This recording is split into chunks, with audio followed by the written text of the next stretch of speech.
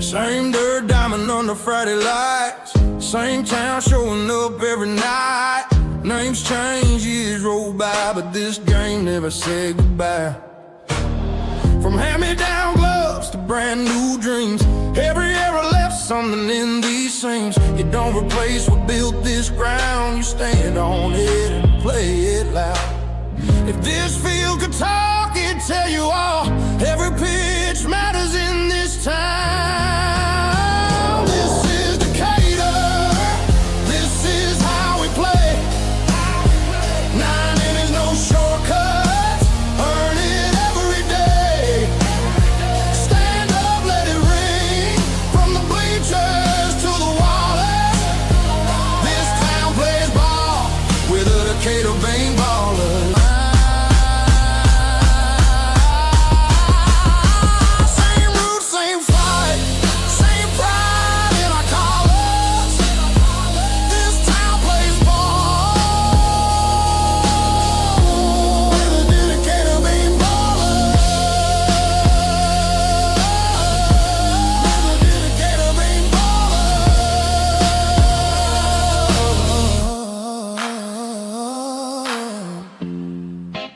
Beanball baller, beanball baller.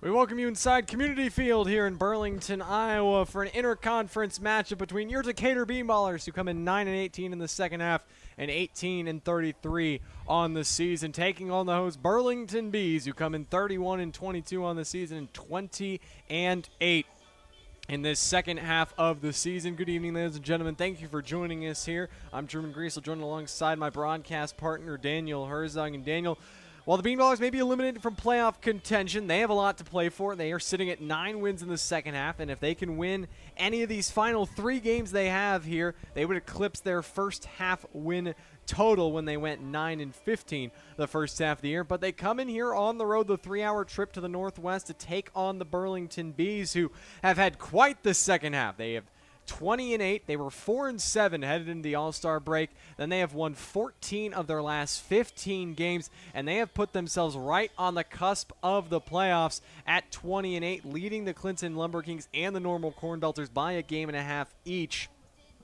But the Bean Ballers have a chance to play spoiler here tonight in Burlington. If they can get a win and then Clinton gets a win tonight, those spots due to winning percentage would flip. So the Bean Ballers still a lot to play for. They're the team no one wants to play. A team with nothing to play for and nothing to lose. So why not go out there, try to play spoiler on another team's season? Yeah, Truman, that was the message for Gabe Arroyo towards his team before the game in Danville back on Tuesday. And unfortunately for Decatur, they couldn't come out on top in that one. But they're, once again, just looking to play spoiler. They came out on top down in Clinton back on Sunday, looking to come out on top and repay that favor after they gave Clinton a loss, pay it back. And if one, like you said, Truman, despite Clinton technically being a game and a half back in terms of wins and losses, due to winning percentage, a win from Clinton and a loss to Burlington, despite how hot they've been, would flip those standings. So once again, Decatur is just looking to play spoiler and play good baseball. You mentioned it, Truman. There's still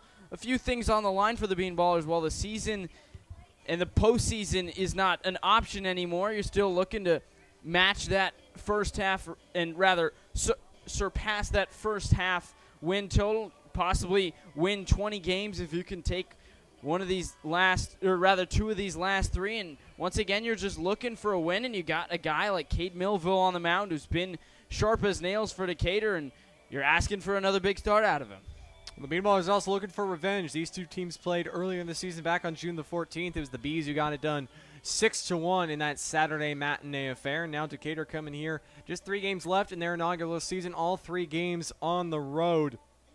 And it starts here in Burlington. Both these teams had the day off yesterday on Wednesday. Burlington's coming off a win their last time out. They come winners of 3 straight. They won back on Tuesday against the Quincy Doggy Paddlers 12-2, who they will see tomorrow and then Saturday to close out the regular season. Meanwhile, Decatur, they lost to Danville back on Tuesday 12-8 in that one. And they will close out the year on the road in Thrillville tomorrow and then on the road back in Danville on Saturday. But, Daniel, it starts. Talked about it, Cade Millville on the mound, and it seemed like the Bean Ballers offense on Tuesday, they got it done. 8 runs should be enough. 8 runs was enough Sunday. They won 8-4, but then the pitching really let them down. It was really the free passes issued from the four guys, Ethan Murphy, Carter Murphy, Joshua Day, and Raul Gill. 13 walks between the 4 of them. Definitely going to need to keep that number down tonight. Yeah, the free passes are sometimes what win ball games. It's sometimes what loses ball games, especially here in this Prospect League. So it's just going to be important that you're throwing strikes, playing good enough defense to get the wins, because the way the Bean Ballers' bats have been moving of late, they've been giving themselves chances to win games, but unfortunately for Decatur, it hasn't come out on the winning end of some of those games because of the free passes. But you're facing a really good Burlington team. This is a team that is hitting well over 300 in the month of July. Overall, they're hitting 285 on the season, which is still 6th best in the Prospect League. They have the most hits with 488 in the Prospect League. They scored the second most runs, 425, and the 5.78 ERA from the pitching staff is the 4th lowest in the Prospect League. So on both fronts, pitching and hitting, the Bees are certainly a force to be reckoned with. Get you the lineups today for this game. First for your Decatur Bean Ballers. Charlie Linderman will lead off and bat first and play third. Chase Weiss bats second behind him and plays second base. Will Applegate bat third and DH. Moises Febriat bats cleanup is at short. Noah Delgado bats fifth and is in right field. Gage Reynolds will bat sixth and do the catching duties. Brady Grabowski bats seventh and left. Jackson Newton bats eighth in center, and Hampton Petska bats ninth and will pitch. And Cade Millville on the mound making his third start. But we will step aside. First pitch between the Bean Ballers and the Burlington Bees coming up next here on the official YouTube channel for your Decatur Bean Ballers.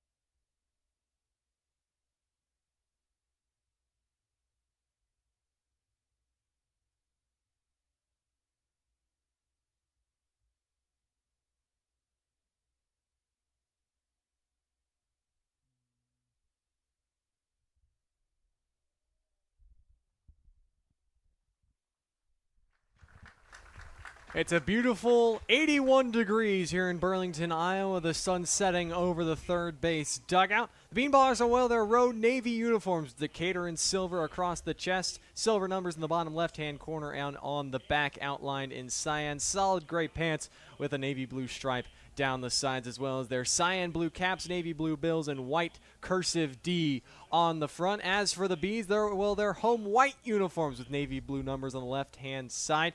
Bees outlined in white and written in yellow across the chest. Navy blue sleeves with a yellow band around the bottom of the sleeve. Solid white pants with a thin blue stripe. But again, for Gabe Arroyo's lineup, it'll be Linderman, Weiss, Applegate, Febriat, Delgado, Reynolds, Grabowski, Newton, and Petska. And opposite them on the mound, making his third start here, will be Blake Gasky, the Davenport, Iowa native, as he gets handed the ball, Daniel, and he'll look to shut down this Bean Ballers offense and continue to push towards the playoffs for Burlington, much like he did in his last start against Clinton. Yeah, this is a Burlington offense that is moving and it's scoring early and often. I think that's going to be the recipe for success for Decatur. If they want to counteract that, they need to score early and often, and it's all about jumping on the starter gas key. The Bean Ballers have really jumped on each of the last 2 starting pitchers they've seen, Drake Hoffa as well as Curley of the Clinton LumberKings. Bean Ballers really jumped on both of those and managed a high run total in both games, so I think it's all going to be limiting this to a short outing for Gaskey and working into the bullpen. The lineup for the home Bees managed by Owen Oreskowicz. Jace Figueroa will lead off and play right. Juan Fernandez bats second at short. Christian Graves bats third at first. Adam Kudronowicz bats cleanup and is the designated hitter. Lane Speaker bats fifth and in center. Troy Peltz bats sixth as in left. Rowan Badgeron bats seventh and is at second base. Sean Kang will bat eighth and do the catching duties, and Dalton Miller will bat ninth at third base. Our umpires this evening, Dane Monroe will be calling balls and strikes with Preston Childers on the bases, but Charlie Linderman digging into the right-hand batter's box, and we are ready to go here from Burlington. Gaskey out of the stretch, and the first pitch of the night from the right-hander is taken for a strike, and we are underway 6:30 p.m. here in Burlington. Gaskey comes in 1-0 with a 5.25 ERA in 12 innings pitched thus far on the year. His 0-1 pitch to Linderman, outside high and away for ball one. Linderman on the season comes in hitting 143, 3 hits and 21 at-bats.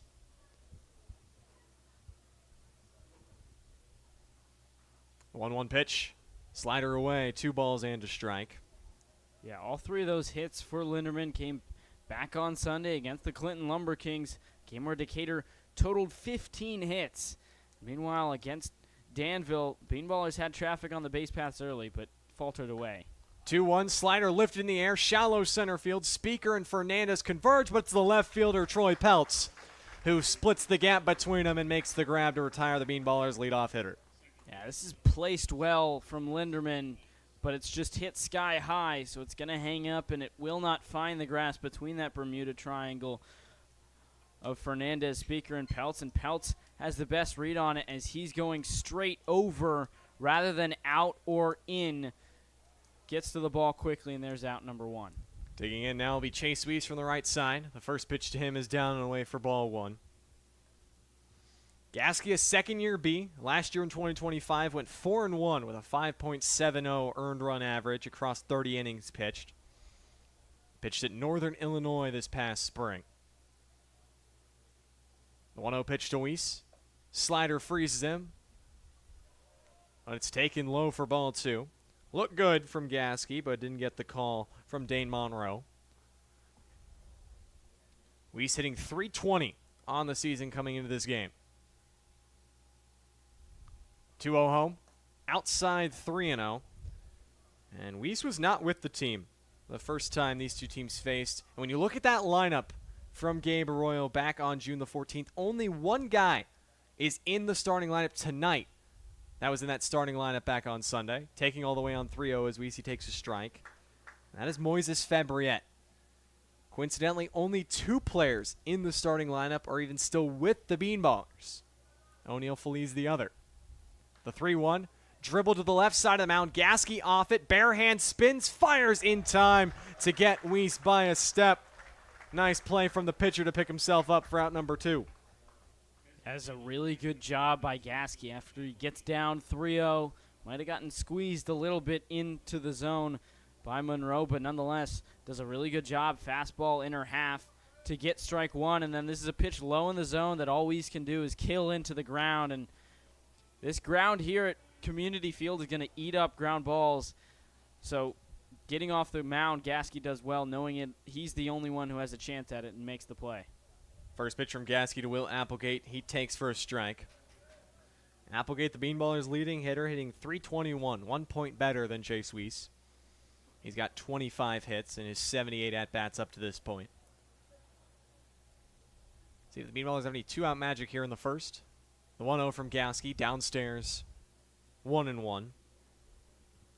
Applegate back on Tuesday in Danville went hitless, but did draw 2 walks against the Dans in that 12-8 loss. Gaskey has just issued 3 walks in his 12 innings up to this point. The 1-1 home. Swung on, grounded foul outside of first, 1-2.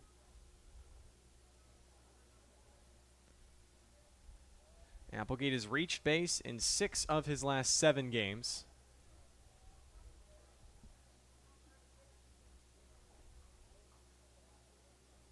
Trying to reach the 30 hit mark before the end of the year.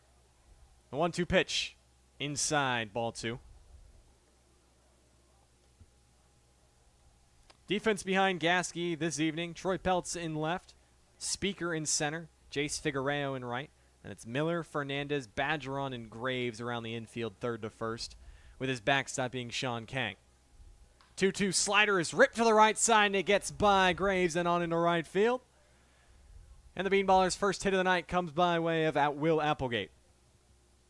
Yeah, Gasky's a guy who's really good on locations, but the fastball only lives around the mid-80s and is a slider that catches way too much of the zone. Applegate turns on it and blasts it. No real chance for either Badgeron or Graves. Lands in the outfield. There's the first hit for the Bean Ballers. And Truman, this is a team that's really capable of scoring with 2 outs, even if the situation starts with the bases empty. See if the Bean Ballers have another 2-out rally in them. Cleanup hitters, Moises Fabriat from the right side. First pitch home from Gasky. Breaking ball catches the outside corner for strike 1. Fabriat went 0 for 4 with a strikeout in that 6-1 loss to the Bees in mid-June.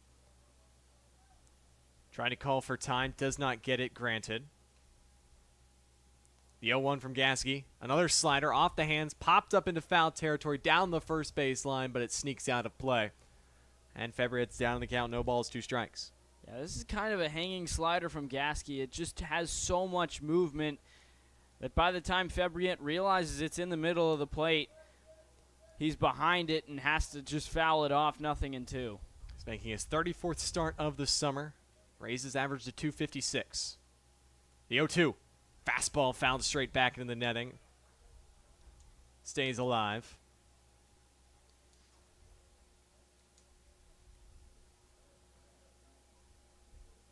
This Burlington pitching staff has a 5.33 ERA here in the month of June. Or, excuse me, July. The 0-2 swung on and missed from Fabriat. He strikes out swinging. Gasky blew the heater by him. He strands a man on a 2-out hit from Will Applegate, but holds the Bean Ballers scoreless in the first. Cade Millville takes to the mound when we come back for Decatur.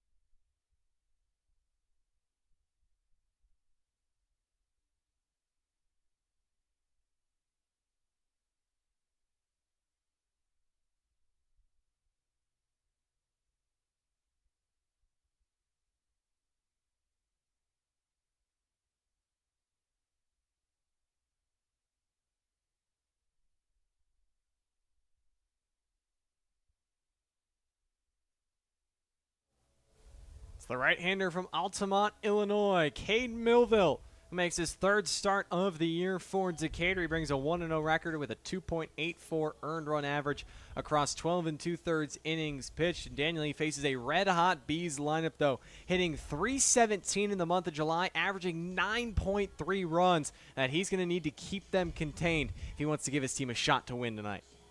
Yeah, this is the team that has the most hits in the Prospect League. They score the 2nd most runs to the Bees. And the one thing about Millville is he's really going to need to limit the free passes because nobody in the Prospect League walks more than the Burlington Bees. They're buzzing. They're scoring a lot of runs because they're getting a lot of guys on base. So if Millville can limit that, he should limit the runs and give his team a higher chance of winning. It'll be Jace Figueroa, Juan Fernandez, Christian Graves to face him here in the first. If anybody gets on, Adam Kudronowicz First pitch to Figueroa. He swings, grounds it up the middle, off the backhanded glove of Chase Weiss at second and on into center field. No one's at second. Figueroa trying to stretch it into a double, but Charlie Linderman comes over. Febriette hits him on the money, and he tags out Figueroa. What a start to the bottom of the first. Figueroa trying to get aggressive, but he's cut down.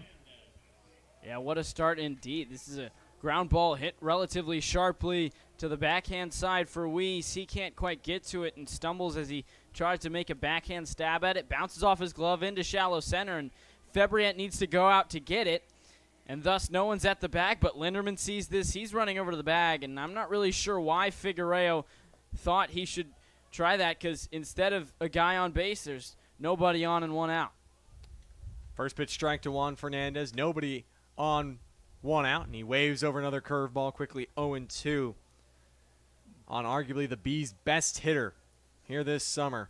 Fernandez hitting right at 400. The 0-2's off the plate from Millville. Bees come in averaging on the season 9.2 hits per game, 5th best in the Prospect League. The 1-2, foul tip just off the mitt of Gage Reynolds, and Fernandez stays alive. He's making his 43rd hit of the year, has a team-leading 64 hits. Does the Burlington, Iowa native, the hometown kid, has shown out.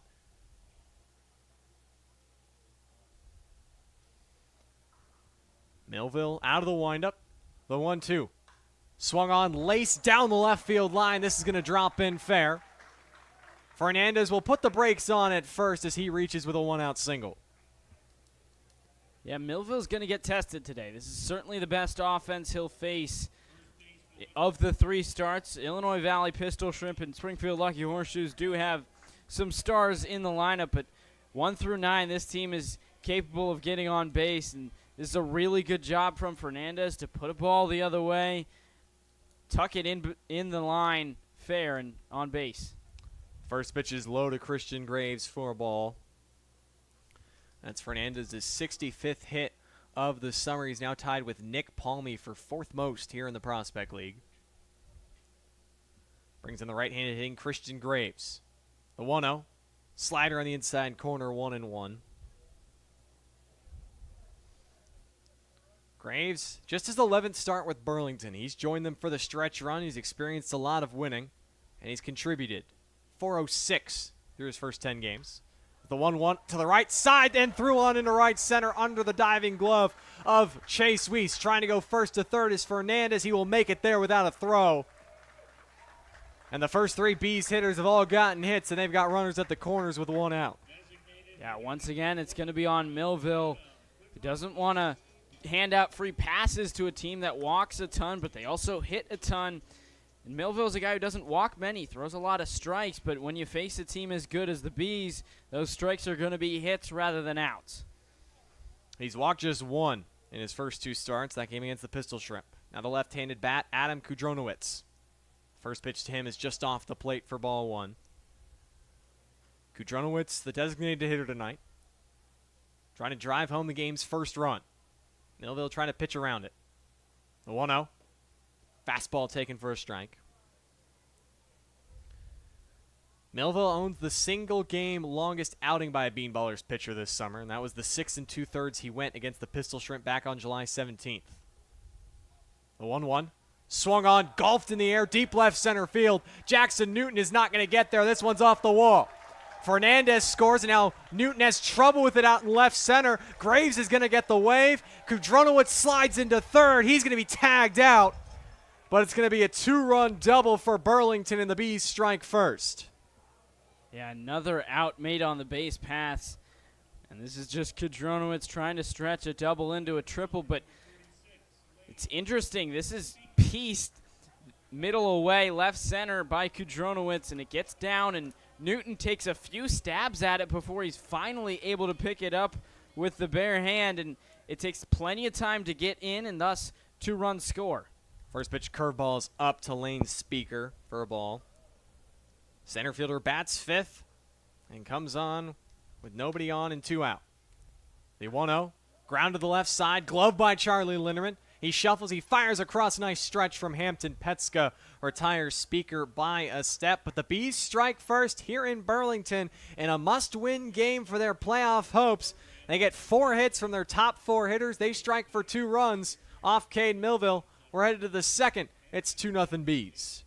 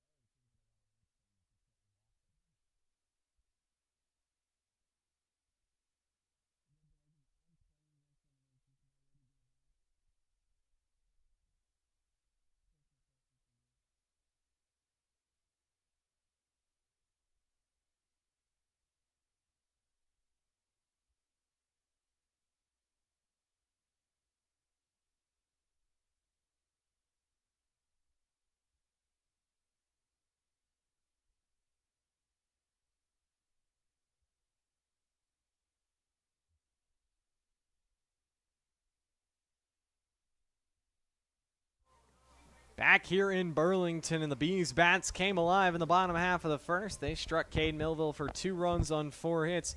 So Decatur faces an early deficit here, as it'll be Noah Delgado, Gage Reynolds, and Brady Grabowski to come up in the second against Blake Gasky, who hits have been hard to come by off him, Daniel. He's just limited to opponents a .217 batting average against, but they're going to need to find base runners and answer this Bees offense, because it feels like if they're going to want to win, it's going to be via a shootout. Yeah, Decatur did get a hit off of him. That was a 2-out single from Applegate, but unfortunately, Gasky responded with a strikeout of Febriette. And honestly, if you're Decatur, you're a little lucky. It's only a 2-run game now, as there were 4 hits and 2 outs were made on the base pass as Figueroa tried to stretch a single into a double. Kadronowicz tried to stretch a double into a triple, so it could easily be 3 or 4 runs. Instead, it's just 2. First pitch from Gasky to left-handed hitting Noah Delgado is down and in for ball 1. Delgado an open stance from the left side. Comes in hitting 300. Just his second week with the Bean Ballers. A 1-0 pitch. Swung on, hit deep in the air to right. Figueroa's back near the foul line and settles under it in front of the warning track to make the grab for out number 1. Yeah, the Bean Ballers so far have made some sharp contact. Linderman put a charge into a ball that flew out to in left field, and this one's really pieced by Delgado, but it hangs up in the air, and Figueroa easily tracks it down for out number 1.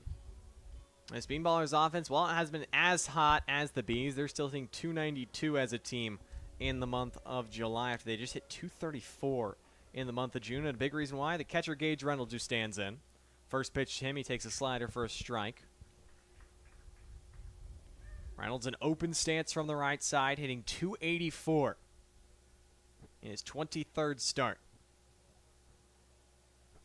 1 pitch, slider off the plate, taken for ball 1. Reynolds was 1 for 4 with a walk back on Tuesday. And he's hit safely in 9 of his last 10 games. The 1-1 pitch, fastball off the plate, 2-1. Gasky's definitely looking to have a start like he did last Thursday against Clinton when he went 8 innings, gave up just 1 run on 2 hits, compared to his first start when he gave up 6 runs on 8 hits to the Lucky Horseshoes. 2-1s, popped in the air, shallow center field. Out goes the second baseman. It's the center fielder, Lane Speaker, who calls him off to make the grab, and the first 2 Bean Ballers hitter has been retired via flyouts. Yeah, this is another similar fly ball to that off the bat of Linderman to lead off the game. It's popped up, tries to find a Bermuda triangle between this one between second, center, and right. The other one was between short, center, and left, but this time it's the center fielder, quarterback of the outfield. Lane Speaker does his job and retires Reynolds. Now Brady Grabowski, 2 outs, nobody on. First pitch from Gasky. Swung on, lifted down the right field line, giving Chase's Figueroa into foul territory. He reaches out and can't make the grab. right in the Bean Ballers bullpen. He stretched out. But Figueroa, using all 6 foot of him, couldn't haul it in, and all it is a long strike one. Yeah, Gasky's a guy who's been throwing a lot of strikes. Even when he throws that slider of his, a lot of times it's to try to freeze a right-handed bat rather than trying to have it tail away and get a swing and miss. So you're going to see a lot of strikes, and the Bean Ballers have made a lot of contact, just haven't found the green grass much. Gasky's 0-1. Fastball on the outside corner, 0-2. Gasky's got 12 hits on the season, including a double and a home run. Saw him launch a couple balls out in batting practice earlier today. The 0-2 pitch. Slider rolled over on the ground towards third. Glove by Dalton Miller. He fires across in time to Christian Graves to complete the 5-3 putout. Bean Ballers go in order. We played an inning and a half here in Burlington. It's the Bees up 2-0. Looking for more when we come back.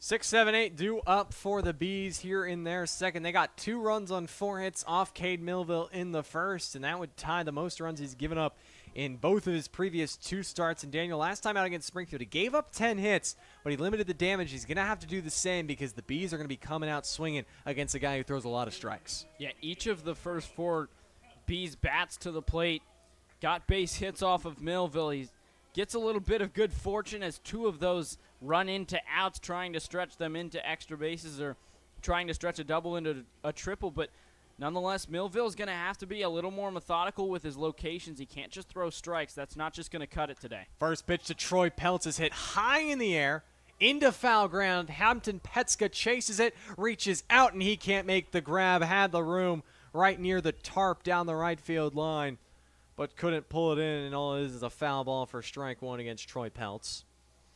Yeah, Petska moved in spurts there. He tailed over a little bit more, but it never quite got under it and ended up trying to reach out and still couldn't quite get to the spot, and that was a catchable ball, but it's just strike 1. 0-1 pitch, changeup on the outside corner, taken for strike 2 by Peltz.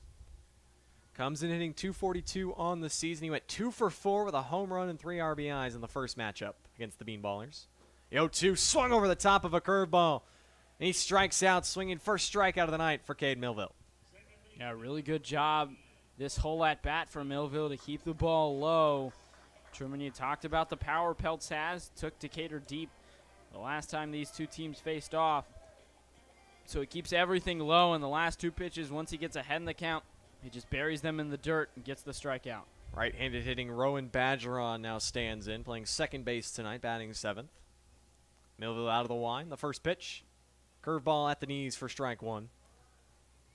Badgeron went 0 for 3 in that 6-1 Bees win in mid-June. Hitting .310 on the year. The 0-1 swing and a miss from Badgeron, 0-2. Yeah, once again, the locations are a lot better. This fastball's inside, and Badgeron can't get the barrel around to it. Millville working quickly. The 0-2 pitch. Curveball check swing. Did he go? He did not, says Preston Childers. And Badgeron stays alive, 1-2. Badgeron has 31 hits on the season. This is the 101st at-bat. The 1-2 lined in the air, deep left center field. Grabowski's back, ranges over just in front of the warning track and makes a nice running grab to take away extra bases from Badgeron. Yeah, this is a pitch that Badgeron puts really good contact on it. It's just, it hangs up in the air. Here in Burlington, a lot of fly balls seem to hang up in the air. They're not quite going far enough, as this one's blistered, but it's to a pretty deep part of the park, and Grabowski runs it down for out number 2. Now Sean Kang with 2 outs. Takes a fastball inside for ball 1. Kang doing the catching duties tonight. The Chesterfield, Missouri native. 1-0 pitch taken for a strike. Representing the SIUE Cougars, where he's played in 79 games over the past 3 seasons down in Edwardsville. 1-1. Slider freezes them, strike 2. And Millville's 1 strike away from matching Blake Gaskey's 1-2-3 second. 1-2 pitch. Swung on, grounded foul outside of third. Yeah, the Bees need to be really careful with Millville the same way he needs to be careful with the Bees. It goes hand in hand. He can't be too perfect with his locations, but also needs to throw strikes. And conversely, the Bees need to make sure he doesn't get into a rhythm. The way he works, it works quickly, and he can really mow down hitters in a hurry. 13th start of the season for Kang. Still 1-2. Millville delivers. Curveball taken just off the plate. A big league take from Kang, as the count evens at 2 balls and 2 strikes. Hitting .327 coming into this game. A 2-2 offering. Swing and a miss. Swung through a slider from Millville. He strikes out. Second punch out of the inning for Cade. He sets the Bees down in order. We played 2 here in Burlington. Both pitchers are working quickly, but it's Blake Gaskey who has a 2-run lead to work with when we come back.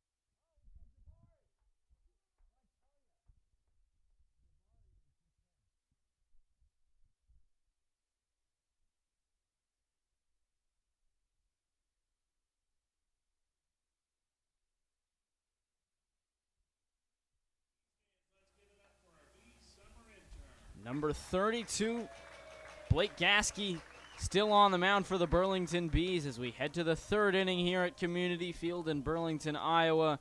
And the last time these two teams faced, the Bean Ballers faced number 32. That was Quinn Wilfong back then, but the new 32 is Gaskey, and he's scoreless through the first 2 innings, pitched a 1-2-3 second, and now he'll get bottom to top 8-9-1 Jackson Newton, Hampton Petska, and then the top of the order with Charlie Linderman, as the Bean Ballers still looking to solve the puzzle of Gaskey after the Bees got 2 runs in the first, which gives us a 2-0 score as we head to the 3rd. Jackson Newton to the plate. Hitting from the left side against the righty. Gaskey working from the stretch, first pitch. Newton backs out of a slider inside. 1 ball and no strikes now. Newton playing center field. He's been peppered around the outfield for the Bean Ballers since he joined Decatur in mid-July. Here's the 1-0. Newton takes right down Broadway for strike 1. Newton was the leadoff hitter for Decatur back on Sunday, as he takes ball 2 inside. It's now 2 balls and 1 strike. And in that Sunday game, overall Newton went 1 for 5. He did also draw a walk. And the Bean Ballers took the game down in Clinton. Here's the 2-1. Swing and a miss. Newton reaches out at a fastball, and he's behind it. It's 2-2, and Part of the reason he was in that leadoff spot was because he reached all 4 times back on Saturday against the Du Bois County Bombers. A pair of singles, a pair of walks in Decatur's final home game. 2-2 pitch, fouled back off to the left. Still 2 balls, 2 strikes to Newton. Yeah, with Brandon Abernathy on the bench for Decatur, Newton's getting a lot more opportunities and trying to be a spark plug. Even though he's at the bottom of the lineup, sometimes the 8-hole, 9-hole guys can be considered your second leadoff hitter to flip the lineup card over. Gasky from the stretch, 2-2 pitch. Offered at, flared down the left field line. It hooks foul and gets out of the stadium. Yeah, one thing you got to appreciate from both Gasky and Millville is they throw a lot of strikes. So there are a lot of hittable pitches. You just got to be on time, hunt your pitch. Newton comes in hitting just .212. Popped up, shallow center. Fernandez goes out, but Speaker comes in, calls off his shortstop, and makes the catch for out number 1. Another lazy fly ball that easy for an outfielder to track down for the Bees, and there's out number 1 to start the 3rd.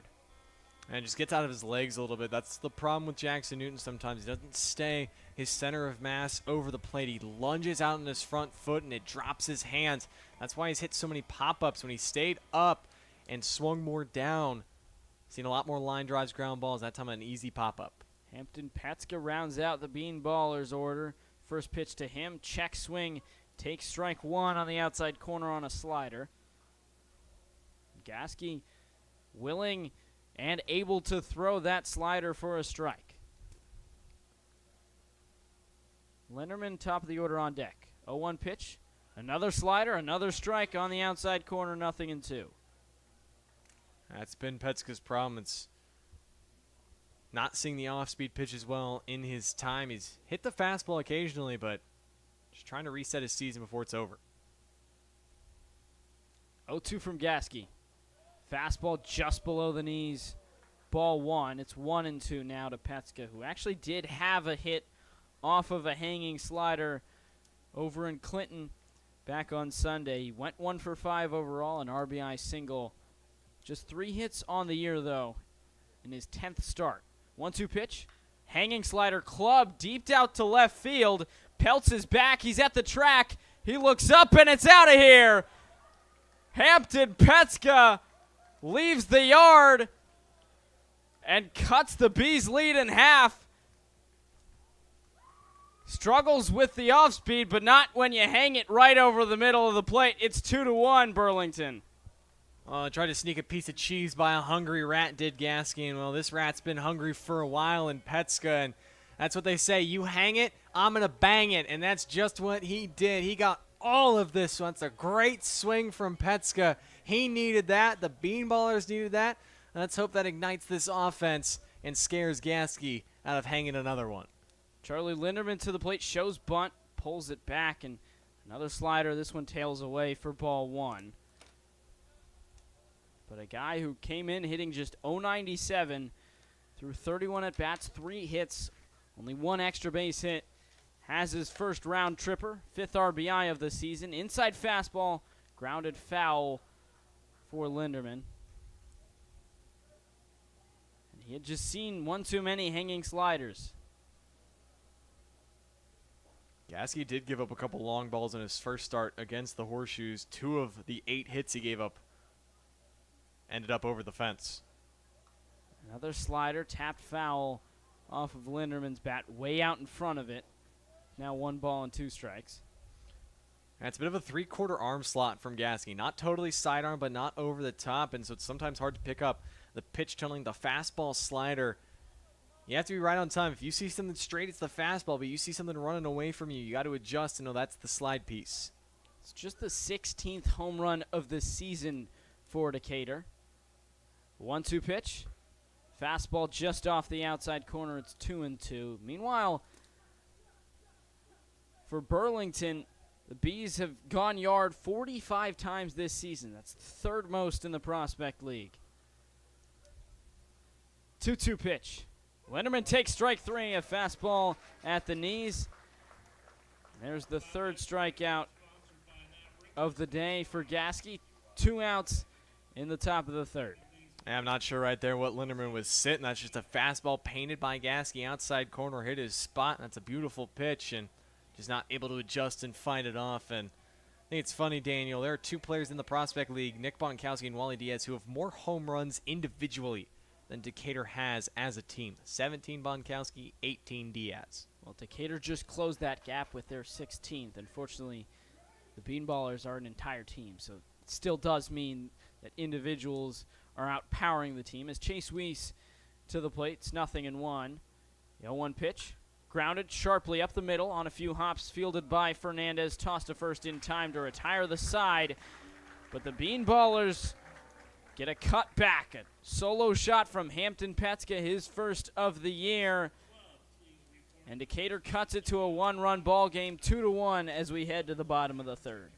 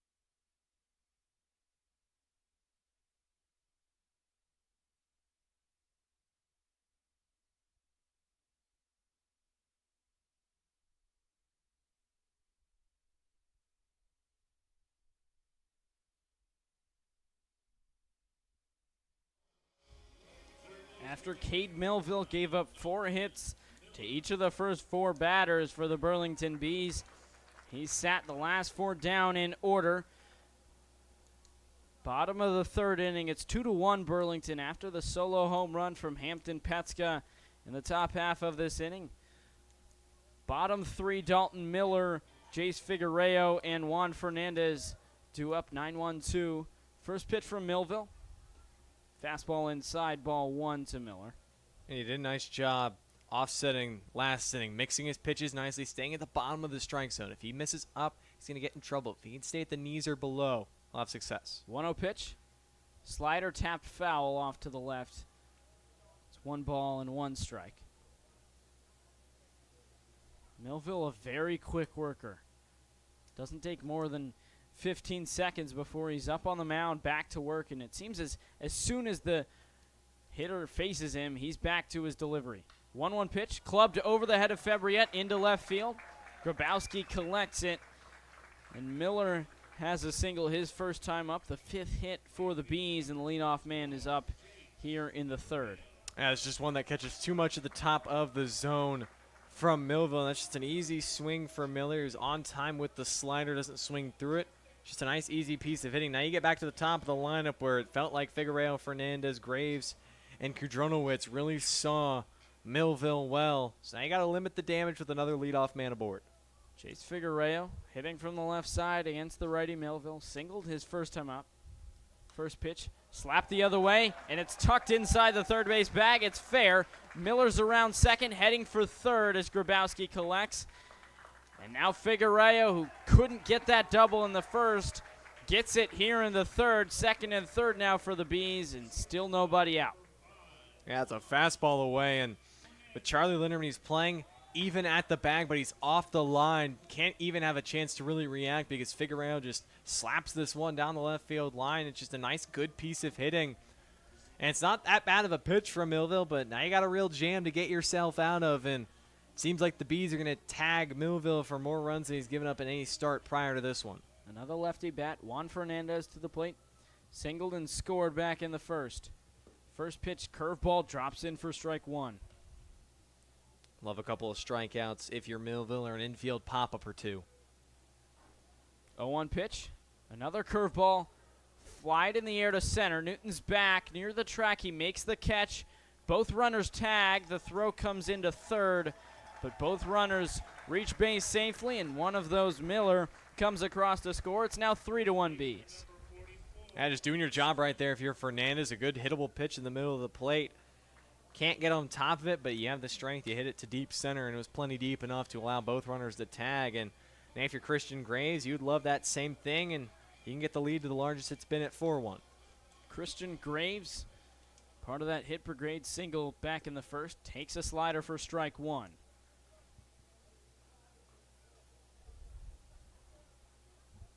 The Bees now up to 6 hits as they've added 2 more this inning. 0-1 pitch. Another slider swung and missed on. It's now 0-2.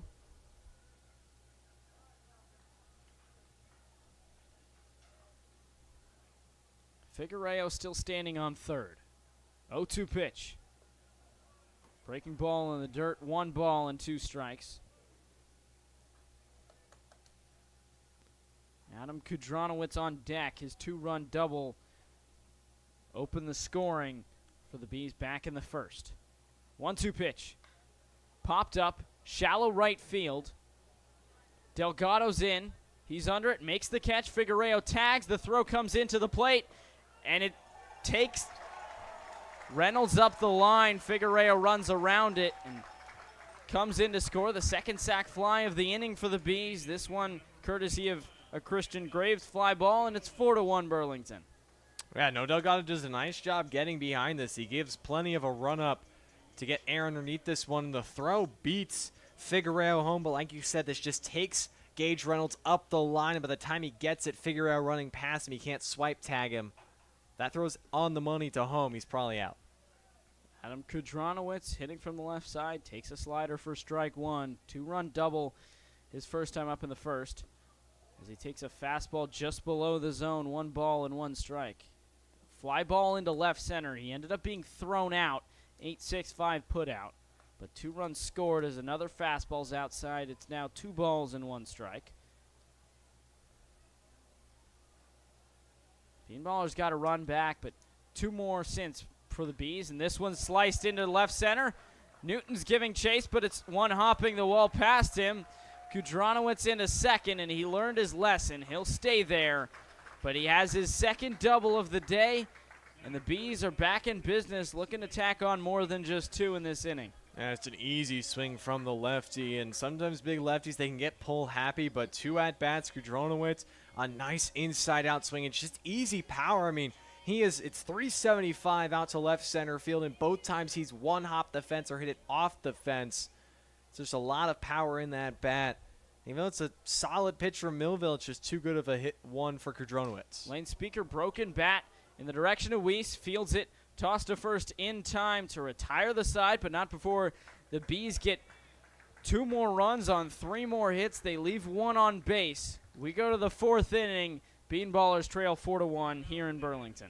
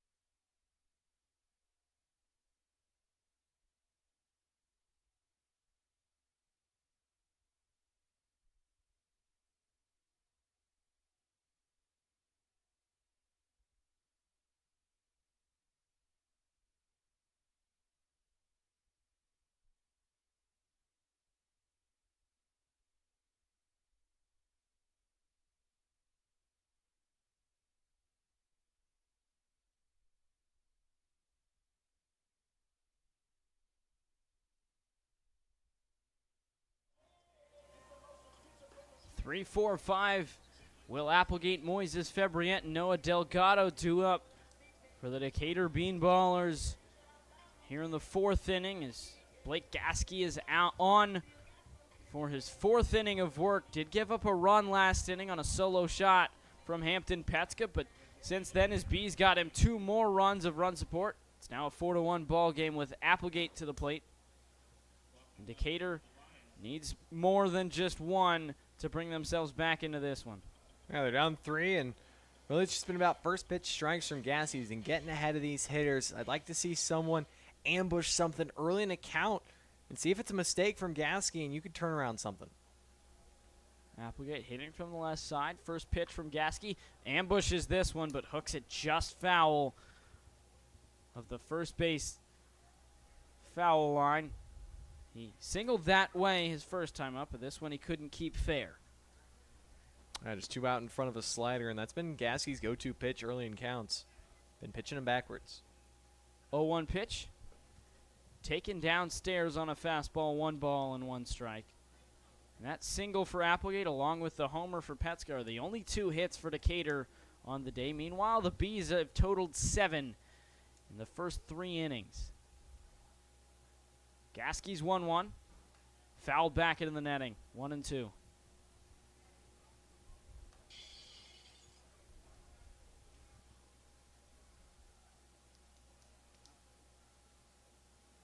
Also the only 2 base runners for Decatur. No walks, no hit by pitches. Clean defense, no errors yet. 1-2 pitch. Fouled back into the netting again. Good couple of swings from Applegate. Fastballs up. Just can't put him in play, but that's a dangerous pitch for Gasky. You got to stay low to these beanballer hitters. Hit a lot of ground balls. 1-2 incoming. Here it is. Slider inside, 2 balls and 2 strikes. Applegate does a good job as it gets a lot of side-to-side movement, but ends up a little too far inside. The 2-2. Applegate takes downstairs, ball 3. And he's a hard guy to walk, too. Came in with just 10 walks on the season in his 78 at-bats coming into this one. He walked twice against Danville. He's a guy that either swings and gets hits or makes outs. Doesn't really walk. Payoff pitch. Applegate takes inside, and there is a walk. Leadoff man is aboard for the first time today for Decatur. Moises Febriette to the plate with 1 on, nobody out. And against Danville back on Tuesday, every inning except for 3, the Beanballers had their leadoff man on. They scored in that inning, and that's 7 of the 9 innings they came to the plate. So they got their leadoff man on frequently against Danville, and they were able to capitalize. Febriette struck out swinging his first time up. First pitch, club deep out to right center. Figueroa's on the run. He makes a diving catch. Applegate needs to retreat back. Febriette gave it a ride, but a nice running, sliding play by Figueroa in right center to steal a base hit. That's a nice inside-out swing from Febriette. It's what he loves to do. We've seen it in batting practice. We've seen it plenty of times in games. He likes to pepper that right center field gap, but this is just a great break from Figueroa, and it hangs up just enough. He gambles by diving because if that gets by him, it's trouble, but heck of a play made out and right. Noah Delgado to the plate, flew out to right his first time up. Only 2 punch-outs on the day for Gasky. First pitch, Delgado clubs, but well foul as he's way out in front of a slider.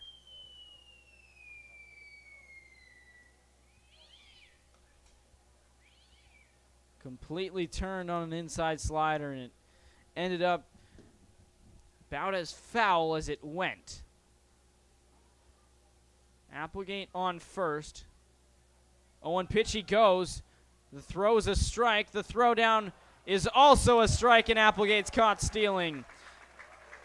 Sean Kang frames the pitch and throws out Applegate all in 1, and it's now nobody on 2 out.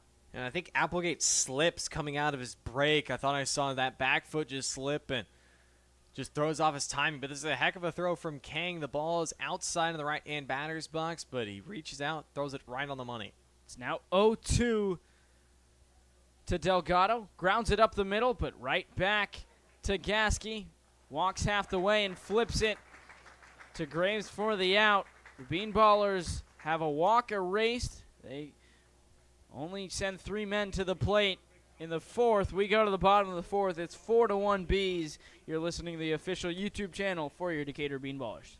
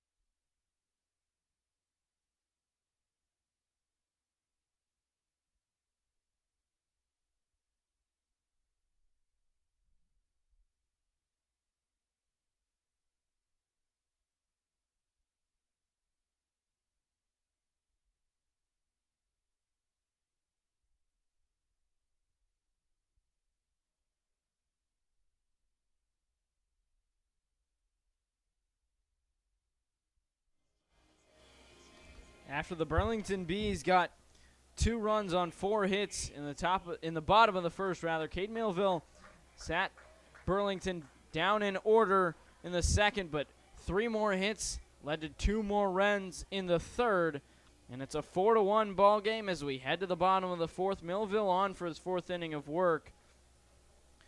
First pitch to Troy Peltz, fastball just outside for ball 1. Peltz was the first of 2 punch-out victims so far for Millville. 1-0, fastball low and in, 2 balls and no strikes. Millville a very quick worker. Here's the 2-0. Slider drops in for strike 1.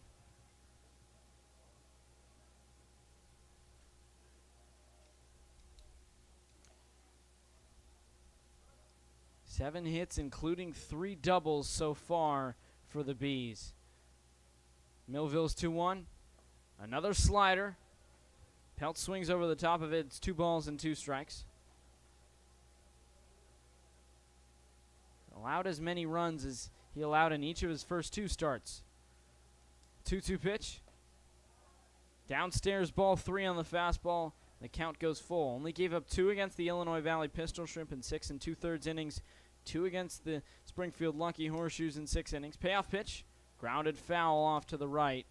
And Parker Phyllis is moving around in the Bean Ballers bullpen, not throwing yet. Another payoff pitch incoming. Grounded sharply on a few hops. Petska fields it. Flips to Millville, covering the bag for out number 1. That's a nice job from the pitcher, Millville, getting over to help his first baseman out, but it's a nice response. He falls down on the count 2-0, but this is where Millville, I think he's going to have great success at the collegiate level, because even when he falls behind like that, his pitches are good enough that gets him back in counts. He gets a lot of swings and misses on pitches outside the zone, and then if you could just add a little bit of velo to that fastball, this kid could really go places. Rowan Badgeron flied out to left his first time up. Swings at the first pitch and puts a charge into it, but it hooks foul just down the left field line. Wasn't foul by more than a few feet, and it's just a sharp strike 1.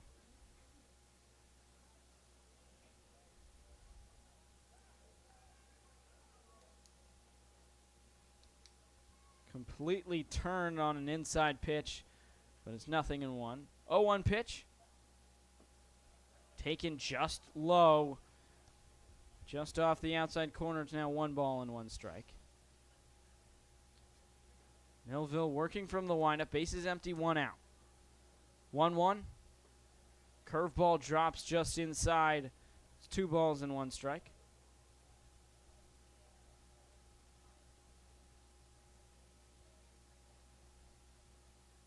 Here's the 2-1 for Millville.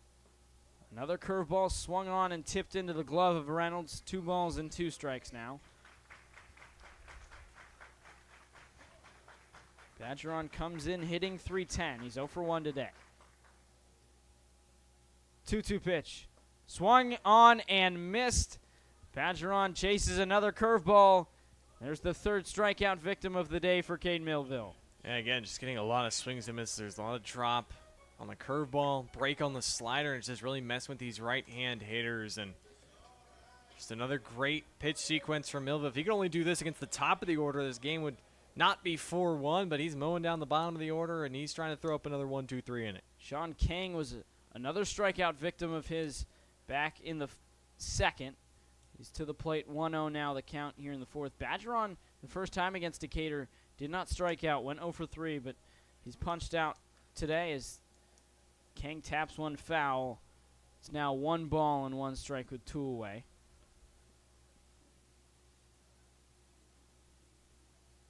Millville struggled with the top of the order, not with the bottom of the order. 1-1 drops in for strike 2. Another curveball that Millville seems to really have the command of and is capable of throwing it for a strike. 1-2 pitch. Buries a curveball. King takes it. 2 balls and 2 strikes. This was the exact part of the order that was due up in the second. They went strikeout, fly out, strikeout. So far, ground out, strikeout. As Peltz, Badgeron, and Kang at risk of all going 0 for 2 their first 2 times. 2-2 pitch. Hit sharply, and it gets under the glove of Linderman at third into left field. Kang wants extra bases. Grabowski picks it up, but the throw-in is cut off, and we'll see how they score that as it snuck under the glove of Linderman. It will be a base hit, and it's the fourth double of the day for the Burlington Bees, who have a man in scoring position with 2 out here in the bottom of the fourth. Yeah, this ball is absolutely smoked off the bat of Kane. This one that just hangs up, and this is a middle in pitch, and this one that you turn and just burn, and Linderman does everything to try and get in front of it, but just too much oomph on this ball. Gets past him. But a nice swing from Kang on a mistake from Millville that he'll try to erase here against Dalton Miller. Miller singled and scored last inning. First pitch, fastball just low and away. 1 ball and no strikes. One of 3 hits in the inning as the Bees got 2 runs. It's overall a 4-1 ball game with 2 away here in the bottom of the fourth. 1-0 pitch, fouled back into the screen, 1 ball and 1 strike.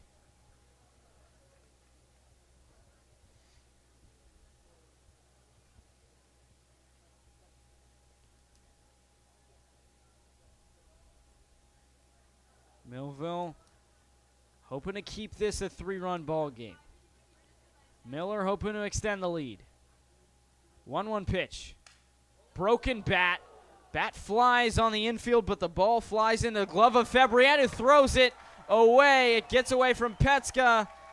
Sean Kane comes around to score. Miller replaces him at second. And the first error of the game for the Bean Ballers warrants another run for the Bees.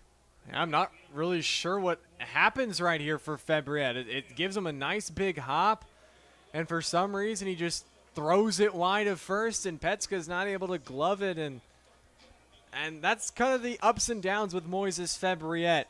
You have plays that he goes deep in the hole and makes the plays that seem like base hits look like routine outs, and he makes the routine plays sometimes look very hard, and that was a play that looked very hard for no particular reason, and it gets another run across, and now the top of the lineup's up.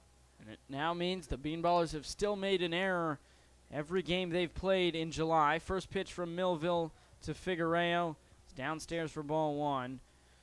The right fielder for the Bees is 2 for 2, a single that he was thrown out trying to stretch it into a double in the first, doubled and scored in the third.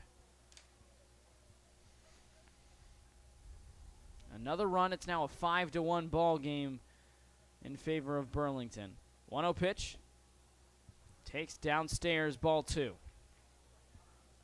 Ash low inside with that pitch, but you got to find a way to get Figueroa out because this top of the lineup, 1 through 4, they made 2 flyouts, but both were sacrifice flies, but it's been a hard job. They've been swinging at pitches in the zoning and absolutely mashing.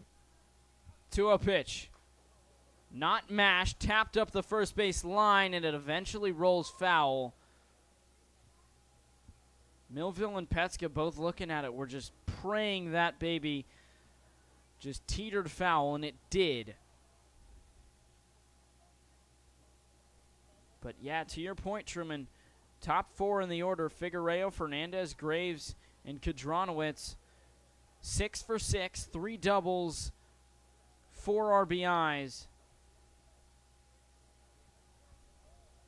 And of the runs scored, they have 3 of the 5.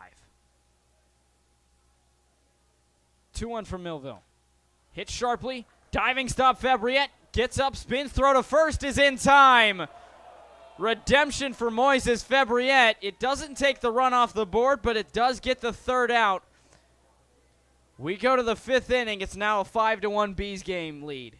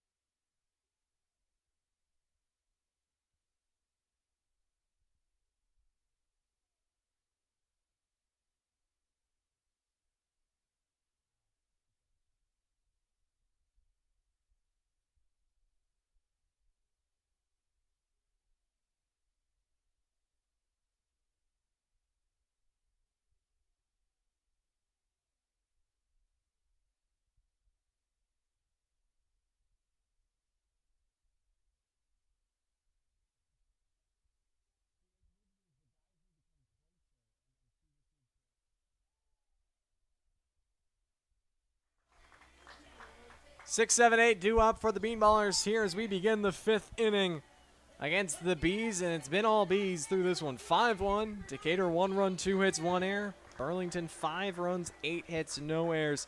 And they've really yet to figure out Blake Gasky, who brings postseason potential to Burlington. He was instrumental at Northern Illinois this past spring, the 2026 MAC champions, and then went on to play in the Tuscaloosa regional. And, well, Blake Gasky got a pitch in the regional. He pitched against St. John's in an elimination game, gave up 3 runs on 3 hits and 3 innings pitched, but he's looked good through 4 here, Daniel, and he's pitching with a 4-run cushion now, the largest of the game for Burlington.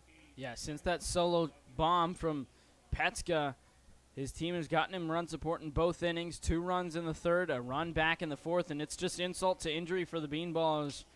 Another error in the field.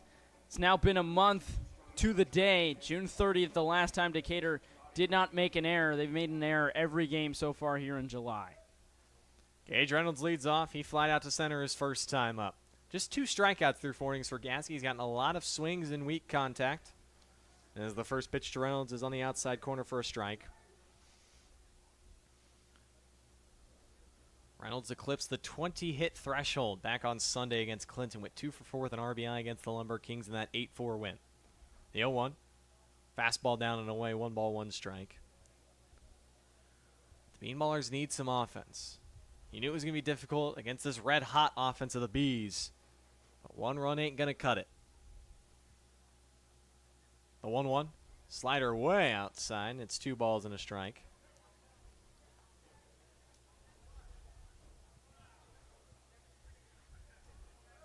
Gasky overall here in 2026, his 4th year in the Prospect League. He spent 2022 and 24 with the LumberKings.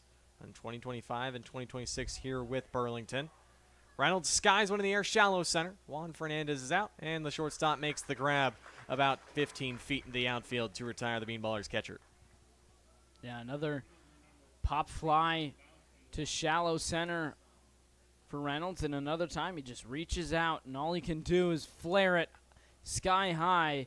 That's something that Gasky has done really good job of keeping the ball away, especially to righties. The only time he did not, he got punished on that solo shot from Petska, but for the most part, it's been away, away, away to righties. Brady Gorowski swings at the first pitch, but lines it right at Juan Fernandez, who goes to a knee to make the grab. And it's a quick 2 up, 2 down in the Bean Ballers' 5th. Yeah, this one was not away. It was sort of over the middle of the plate, but it was low at the knees for Grabowski. Goes down and gets plenty of it. He blisters this one, but couldn't get it past Fernandez, and there's out number 2. Brings in Jackson Newton. Did not play Tuesday against Danville. 0 for 1 here today. First pitch from Gasky. Inside, backs him off the plate for a ball. Bean Ballers just need something. They came in on the season averaging 6 runs per game on 8 hits. They have just 1 run on 2 hits, almost halfway through this ballgame. The 1-0. Change-up outside from Gasky. It's 2 balls and a strike. One of the reasons has been Gasky's command. Just twice has he gone a 3-ball count against a Bean Baller hitter. He has been peppering the zone. 2-0. Catches the outside corner with a fastball, 2-1. Yeah, and of those 2 3-ball counts, only one of them ended up with a walk. The other one was a 3-1, very good pitch he made at the bottom of the zone to Weiss to get a little nubber right back to the mound. 2-1 way inside to Newton. It runs him out of the batter's box. There's the 3rd 3-ball count. It's gone 3-1 to the Bean Baller center fielder. Just 1 walk so far for Gasky. As a pitching staff, Burlington top half of the league, just averaged 5 walks per game, which is 9th. 3-1 offering. Slider ripped down the first base line, but well foul. Newton was way out in front on an ugly swing as the count goes full. It was very much an ugly swing. Talk about that big leg kick he has. It sometimes throws off his timing and loses his legs, reaches out. Payoff pitch. Line in the air, shallow center field, but Speaker was playing shallow, and so he easily corrals it, and it's another 1-2-3 inning for Blake Gasky. He set the last 8 down in order for Decatur. We're halfway home here in Burlington. The Bees up 5-1, looking to strike for more when we come back.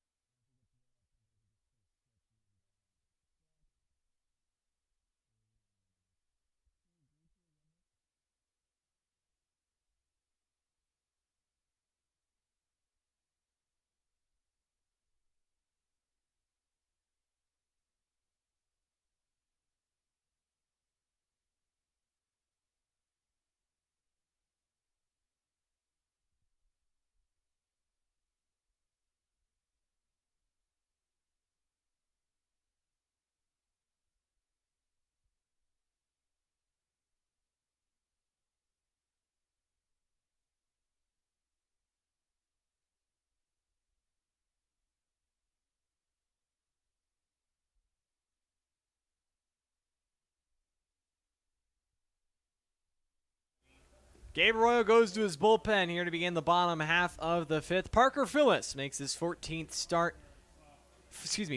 appearance of the year for Decatur, his 7th out of the bullpen for the right-hander. He's 3-3 in 38 innings pitched with a 3.32 earned run average. And Daniel, we last saw him Saturday. It was a bit of a shaky return to Decatur for Phillips. He gave up 4 runs on 5 hits in 3 2/3 innings.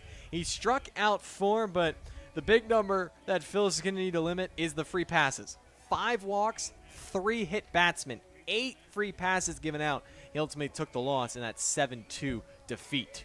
Yeah, Phillips, after he got a 1-2-3 first inning, the second inning he ran into some trouble, loaded the bases, eventually got out of it without allowing a run, but then the Bombers really bounced on him in the 3rd inning, batted around, and it started with the top of the order, and Phillips just really struggled after that and hoping for a better outing. He has come out of the pen a few times for Decatur and even recorded a few saves, but looking to hang up some zeros and hope the bats can bring Decatur back into this one. It's 2-3-4-1, Fernandez, Christian Graves, and Adam Kudronowicz here in the Bees' 5th. They're up 5-1, looking for more. Fernandez has singled and also driven in a run. He became the Bees' single-season hits leader in Prospect League era. As the first pitch from Phillips is off the plate for a ball to the left-handed hitting shortstop. Fernandez now 65 hits is the new single-season record. The 1-0 swung on, lifted down the left field line, but this slice is well fouling out of play for a strike. That single back in the first for Fernandez also extended his on-base streak to 27 games. He's hit safely in 25 of the 27. There's a reason he's hitting 400 in over 160 at-bats. Cuts and misses at a fastball down in the zone. It's 1-2. Cade Millville exits after giving up 5 runs, 4 earned, and 4 innings pitched. Struck out 3 and gave up 8 hits. Didn't walk anybody. It's a 1-2 from Phillips. Way inside, and it got a piece of Fernandez. And it's yet another 0-2 or 1-2 hit by pitch given out by Bean Ballers pitcher.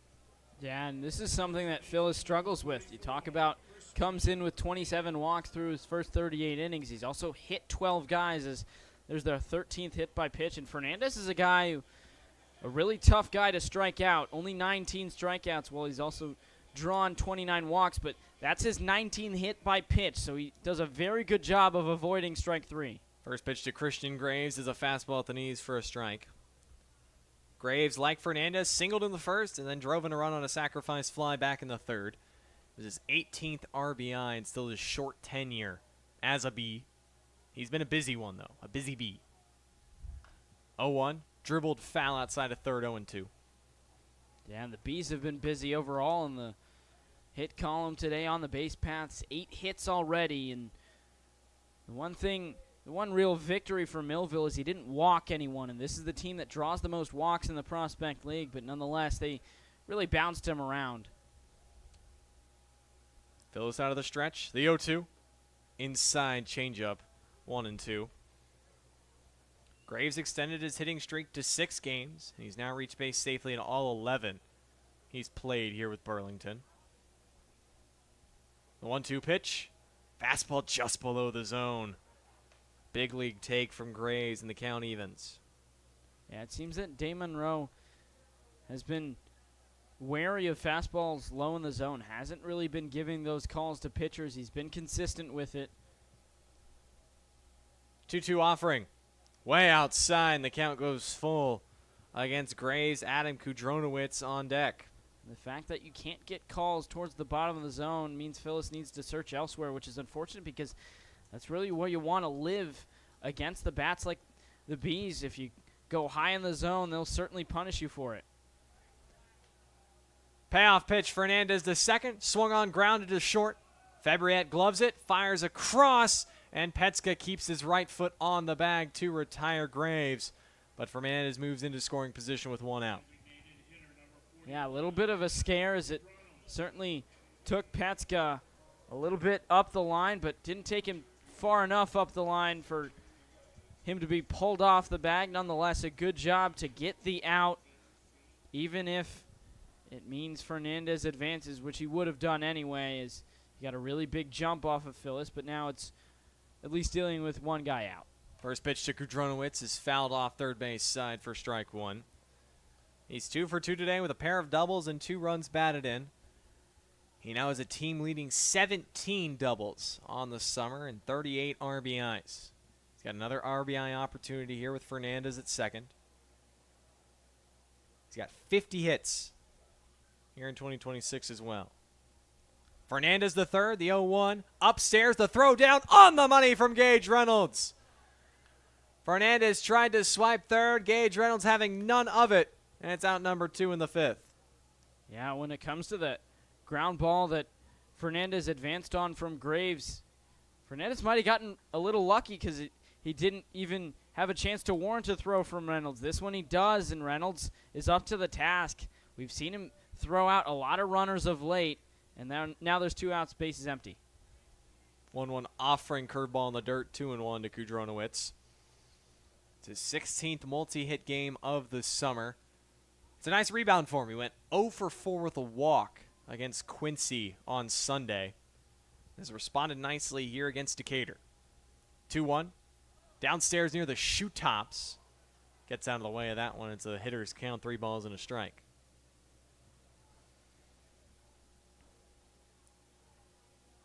Phillips will be heading back to Illinois College next year. He's originally out of Streator, Illinois. The 3-1. Swing and a miss. 3-2. And for Phyllis, he made a start July the 4th against Lafayette, and then he left the team for 3 weeks before he returned this past Saturday, and now makes what is probably his last appearance in a Bean Ballers uniform, as the payoff pitch is fouled back to the netting behind home plate by Kudronowicz. It'll be a guy that will be remembered in a Bean Ballers uniform. Owns just a 3.32 earned run average in his time here in Decatur. He has been effective. Trying to face the minimum. Another payoff pitch. Swing and a miss from Kudronowicz. Blew the cheddar by him. Couldn't catch up to the heater. And the Bees go down in order. They do have a man on, but Gage Reynolds tosses him out at third. Phyllis faces the minimum. We've played 5 full in Burlington. Bean Ballers are running out of outs. They're down by 4. Let's see if they got a rally in them next.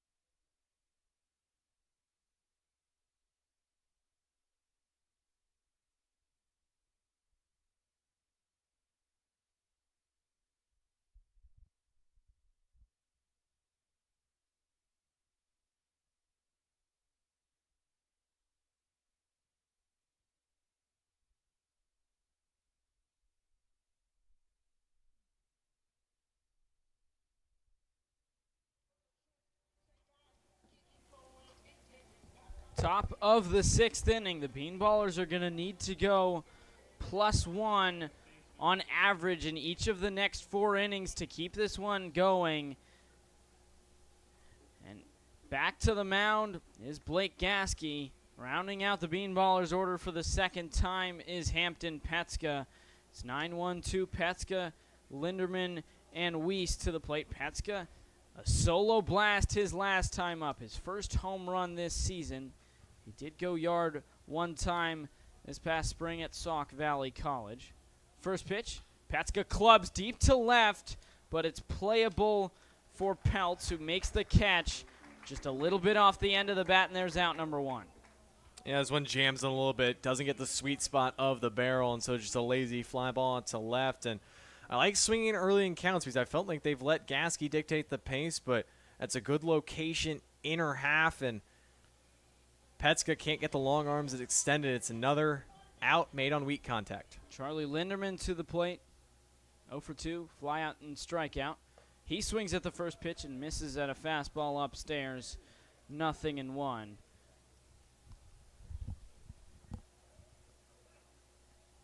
Gasky had 12 innings pitched combined in his first 2 starts. Looking for 6 to keep that average of 6 innings today as he gets a foul ball, 0-2 now the count to Linderman. Struck out looking his last time up in the 3rd. But Linderman's been towards the top of the order, perhaps Gabe Arroyo wanting to shove a little bit of confidence into the infielder as he grabs the bat. This is just his 2nd week at the plate. 0-2 is called, strike 3 at the top of the zone. Linderman frozen, called out on strikes for the 2nd time today, and he doesn't agree with it. That's a tough pitch, high and away. It's a borderline call, and it's hard right there because you think that's off the plate, but I think just a little bit of arm side run from that fastball clips the corner. Fortunately, no ABS yet in the Prospect League, but definitely a tough pitch to take, and it might be just one of those that's too close to take. Chase Weiss to the plate, 0 for 2 with a pair of groundouts. Slider drops in for strike 1.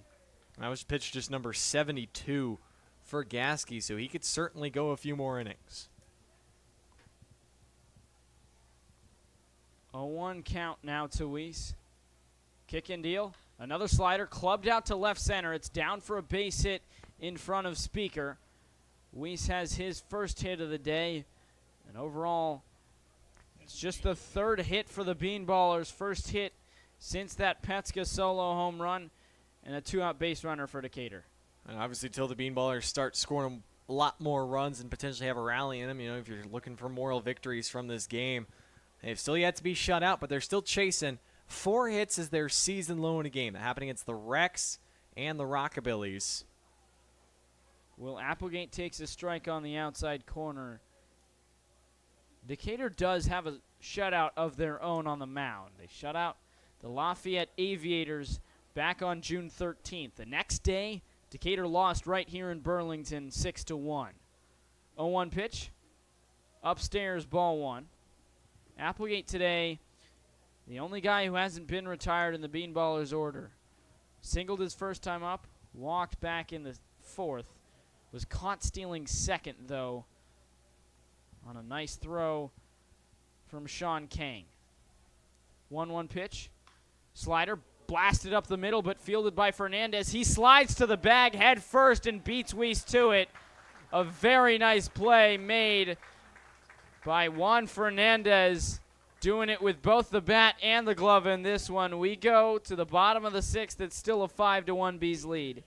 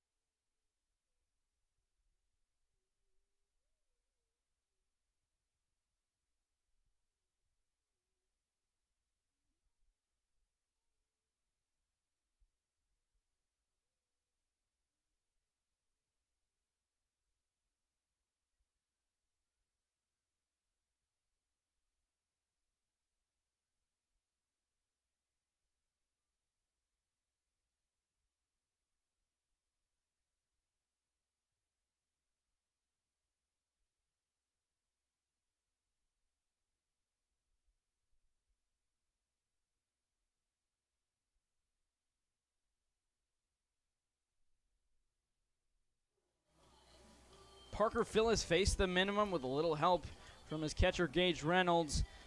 Last inning in the 5th after hitting the first guy, Juan Fernandez. Fernandez was caught stealing third, and the other two ground out and strike out. So Phillips facing 5, 6, 7. Lane Speaker, Troy Peltz, and Rowan Badgeron to the plate as the Streeter, Illinois, enters his second inning of work.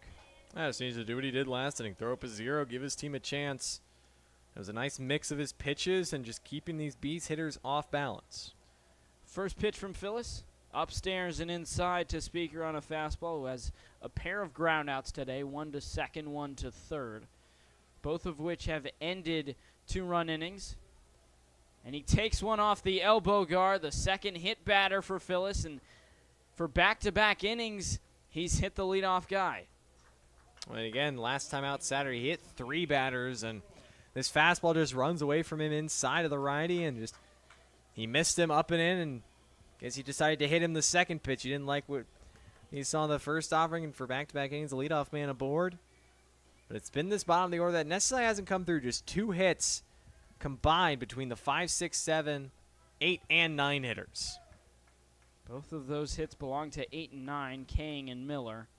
As Peltz is 0 for 2, he takes a fastball up and away. So it does seem like Phillips is missing a lot inside to righties, away to lefties. He's missing a lot arm side. 1-1 instead, a check back to first, but Speaker's back in time. Peltz was the first strikeout victim, and another check back to first, but yet again Speaker's back in time. 0 for 2 today, but went 2 for 4 with a home run and 3 RBIs as Phillips takes a third check to first. Peltz went 2 for 4, home run, 3 RBIs in the first time these two teams met. 1-0 pitch in the dirt, blocked by Reynolds. That was a 6-1 victory for the Bees back on June 14th right here at Community Field. Right now the score is 5-1. Similar story, though. Decatur scores 1 run early, and the Bees keep buzzing the whole way through. 2-0's up and away. It's 3-0 now. And the one thing you don't want to do if you're Phillips is offer a lot of free passes out, because then it's just a situation where one hit really hurts you, and that's what happened Saturday. He loaded the bases, free pass, and then a double. 3-0 is down the middle for strike one. This time Reynolds is the one taking a check to Speaker. So both members of the battery for Decatur being very wary of Speaker on first. He is perfect 7 for 7 stealing bases. Pitch upstairs, ball 4. And while they're worried about Speaker, a 5-pitch walk to Peltz has moved Speaker into scoring position without him even needing to steal. And that'll warrant a visit from John Toney ahead of Rowan Badgeron coming up to the plate. Yeah, it was just 5 misses way outside the zone, and I think Phillips was a little bit more worried about the runner at first than he was with the batter, and just got a little bit out of his mechanics. He has more of a slide step when he comes out of the stretch, but he's not finishing over the top. That arm is slow, and that's why we were seeing so many misses arm side. And again, your pitching mechanics, you are a machine. If one thing's out of whack, then it's probably not going to be in the strike zone. Everything's got to be concise and firing at the same time. And so I hope Tony's just trying to run out there, calm him down, and be like, hey, this bottom of the order has struggled today. You can't let them hurt you, and then the top of the order make it even more painful. So Phillips would need to retire the next 3 outs before he faces more than 3 guys if he wants to avoid the top of the order until next inning. What's interesting, that caught stealing for Fernandez back in the 5th. The Bees came in with just 12 caught stealings. They had only been caught 12 times. That's the fewest in the Prospect League. There was their 13th time caught stealing. Decatur could certainly use an out like that on the base paths right now. First pitch, upstairs, ball 1. Phillips doesn't miss up and in, but still misses up to the right-handed hitting Badgeron. 1-0 pitch. Sky high, off to the left on the infield. Fabriette ranges over, but under it is Linderman, who makes the catch at third. And there is that first out, and a really favorable out if you're Phyllis. You get a pop-up on the infield, doesn't advance either runner. That was a nice job, a nice response. You had the infield fly, so even if Linderman dropped it, it still was an out regardless. But nice response, but now it's the next guy. Can you do it again against the guy who had a booming double his last time up? King scored a run after that double. Takes upstairs ball one. And it was one he just tucked under the glove of Charlie Linderman at third. Came in on a sac fly from Juan Fernandez. Rather, came in on an error for Moises Febriette with 2 outs. It's now 2-0 as Phyllis has missed upstairs on both pitches so far. Runners dance off their bases. 2-0 pitch. Curveball drops in for strike one. A good job of tunneling it with the fastballs that have missed upstairs. And there's strike one. It's now 2 balls and 1 strike to Kang.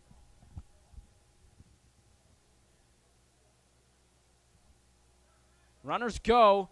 Reynolds tries to go to second, but they both slide in safely as the throw took Weiss a little too far off the bag, and the pitch was a ball, so it's now 3 balls and 1 strike. Yeah, it's a straight double steal, and it's a miss up, and I like you back picking to second, but I think it was a straight double steal, so Peltz had a good read and just slid in safely. Now with second and third less than 2 outs, it's going to draw the infield in. All infielders into the grass. 3-1 count to Kang. Phyllis deals. Popped up. Foul ground off to the right. It floats out of play. And the count goes full. It was a 2-0 count. It's now full. Runners have stolen second and third. Speaker now to third. Peltz to second. Bees lead 5-1, looking for more. Payoff pitch. Popped up. Right center, Newton coming in. He makes a diving catch, but Speaker comes in to score. The throw into third is not in time. A nice play made by Jackson Newton, but the Bees score their 6th run of the ball game. It's 6-1 Burlington. And there's the free passes coming back to hurt you. It's a nice job from Newton. I feel like he didn't get a great break on the ball, but he closes well and gets the out regardless, and Sean King does his job. Now the 3rd sacrifice fly of the ball game for the Burlington. That'll bring up Dalton Miller. 1 for 2. Single and a run in the 3rd. And then he reached on an error his last time up in the 4th. Peltz now standing at 3rd. First pitch. Driven to right center. Delgado's back. He'll play it off the wall. A run comes in to score. Miller wants second. And Delgado takes some time to get the ball in, so he'll be in with the double. And it's now a 7-1 ball game. Yeah, it's just a fastball middle that is put on a platter for Miller. An easy swing, an easy power, and just bangs it off the wall out there in right field. 365 out there to where Delgado fielded it, and the Bees just continue to slug. Now 7 runs on 9 hits. 5 of those 9 hits have been doubles. They have 3 times as many hits as the Bean Ballers, 9-3, and 7 times as many runs. It's a 7-1 ball game, and now insult to injury. Phyllis needs to face the top of the order. Jace Figueroa to the plate, 2 for 3, with himself a double and a run scored as he takes a ball low on a fastball, 1-0.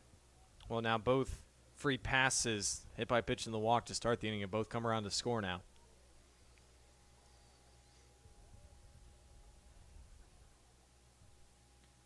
Figueroa chops it into left field. It's high in the sky. Grabowski ranges under it and makes the catch to retire the side, but not before the Bees get 2 more. Burlington now leads 7-1 as we go to the 7th inning here at Community Field.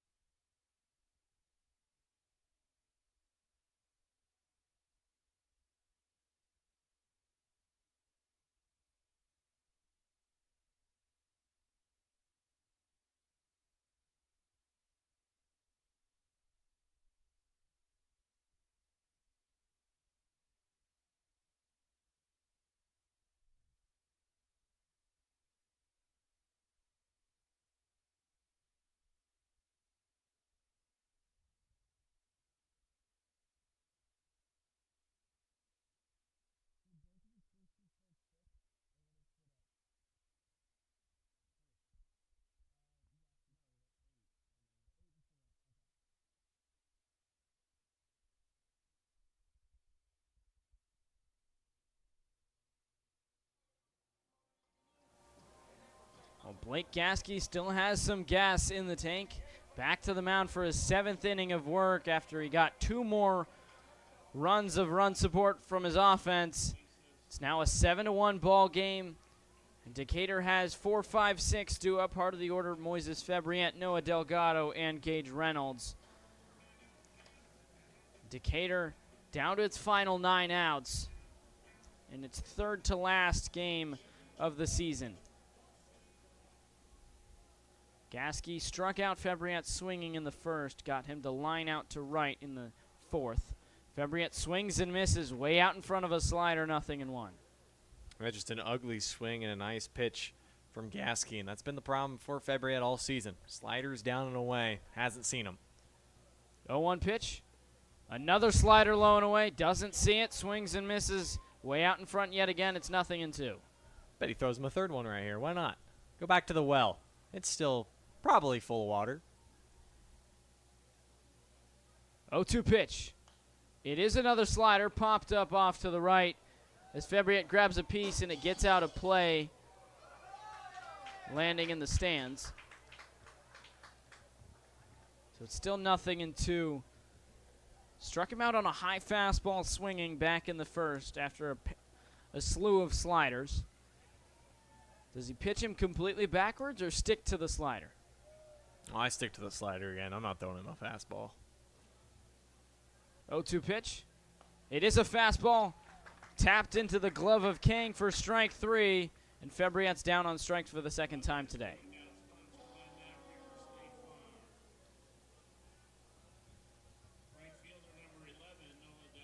It's just the 4th strikeout for Gasky. He's pitched to contact today, but seems that Febriant hasn't quite caught up to the cheddar and dug himself too much of a hole a few times. Now no Delgado to the plate.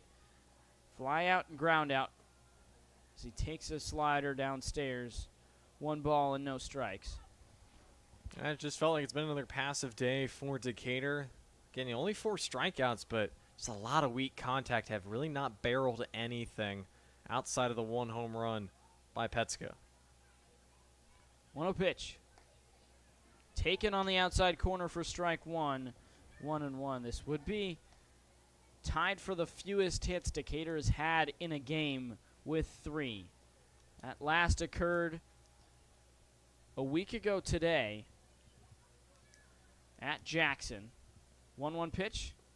Slider just below the zone. 2 balls and 1 strike.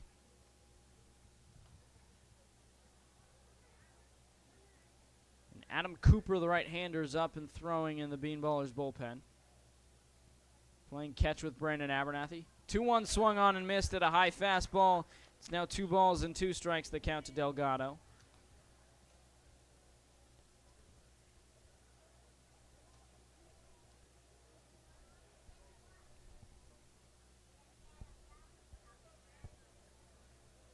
Here comes the 2-2. Delgado watches a fastball outside and the count goes full. Meanwhile, the other 2 games that the Bees are peaking on. Clinton LumberKings lead the Springfield Lucky Horseshoes 6-4 in the bottom of the 6th, and the Terre Haute Rex and Normal Corn Melters all knotted up at 2 in the bottom of the 5th. Payoff pitch. Club deep to right. Figueroa's back. He's at the track, and he makes the catch as he reaches up and bangs into the wall for out number 2. Delgado gave it a ride, but Figueroa tracked it down to retire his fellow right fielder. And there's 2 away here in the top of the 7th. Yeah, Figueroa's played a really great right field today. We've seen several diving grabs, and this time a nice running grab. He gets a great break on the ball, and it's a deep right center because it's only 318 to the right field corner, but where the scoreboard is in right center, it's about 375. And so that's a great break and makes the grab to rob of extra bases. So now a mound visit for the Bees, as Gasky has gone through 6 2/3.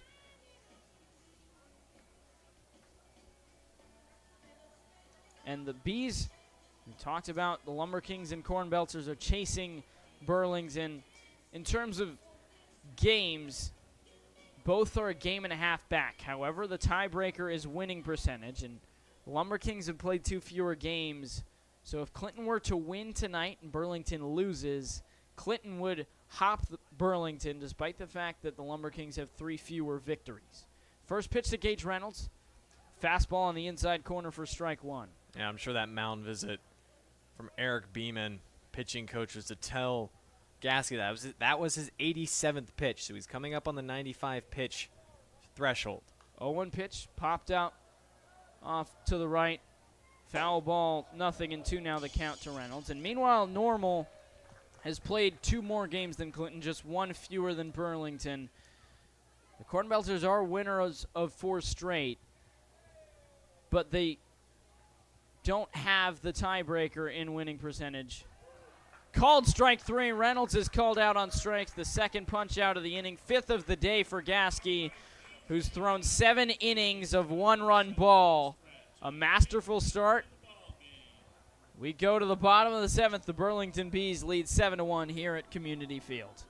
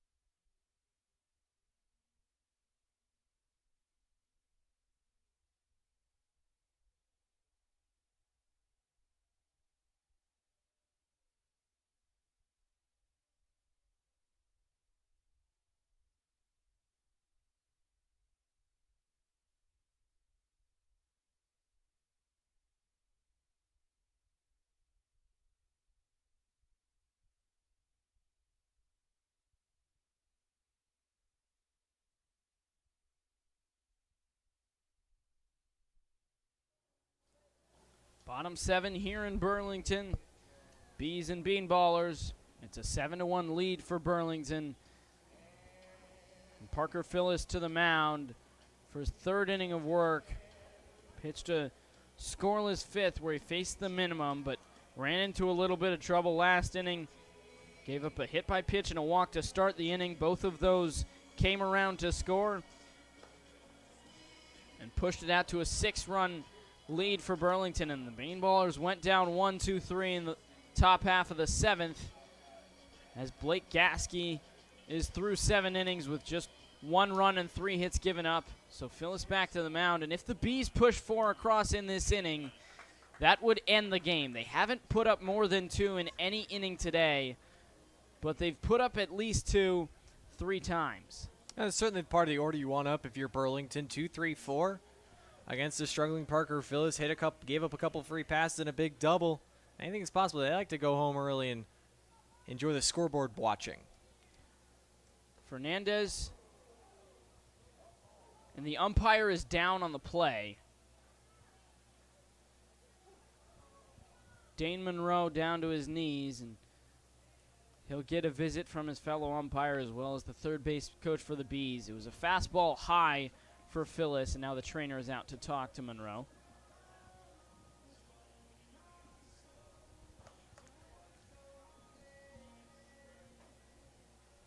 Now Gabe Arroyo's out to have a chat with Phyllis. While this is going on, we'll take a check around the Prospect League. Bottom 7 down in Thrillville. The Thrillbillies trail the O'Fallon Hoots 8-5. The Kokomo Creek Chubs, meanwhile, looking to hold off the Johnstown Mill Rats. Kokomo league 6-2 at home. Meanwhile, the Chillicothe Paints and the Lafayette Aviators, 2 teams that will face each other in the postseason as they were the first and second half winners of the Northeast Division. Bottom 6, the Paints at home lead the Aviators 4-3. Meanwhile, that's an exciting matchup. Those 2 teams will see each other Sunday. In the divisional round is the Paints locked up, like you said, the second half playoff spot. Over in Quincy, the Doggy Paddlers trail the Illinois Valley Pistol Shrimp 5-0.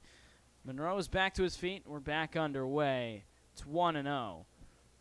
Phyllis Deals downstairs 2-0. And speaking of teams that are going to be seeing each other in the playoffs, the Burlington Bees possibly could see the Quincy Doggy Paddlers in the playoffs.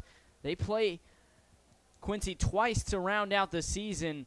And overall, it's been a very backloaded schedule as a ground ball gets through past a diving Petska into right field. And Fernandez has his second hit of the day. He remains a perfect 2 for 2 from the plate.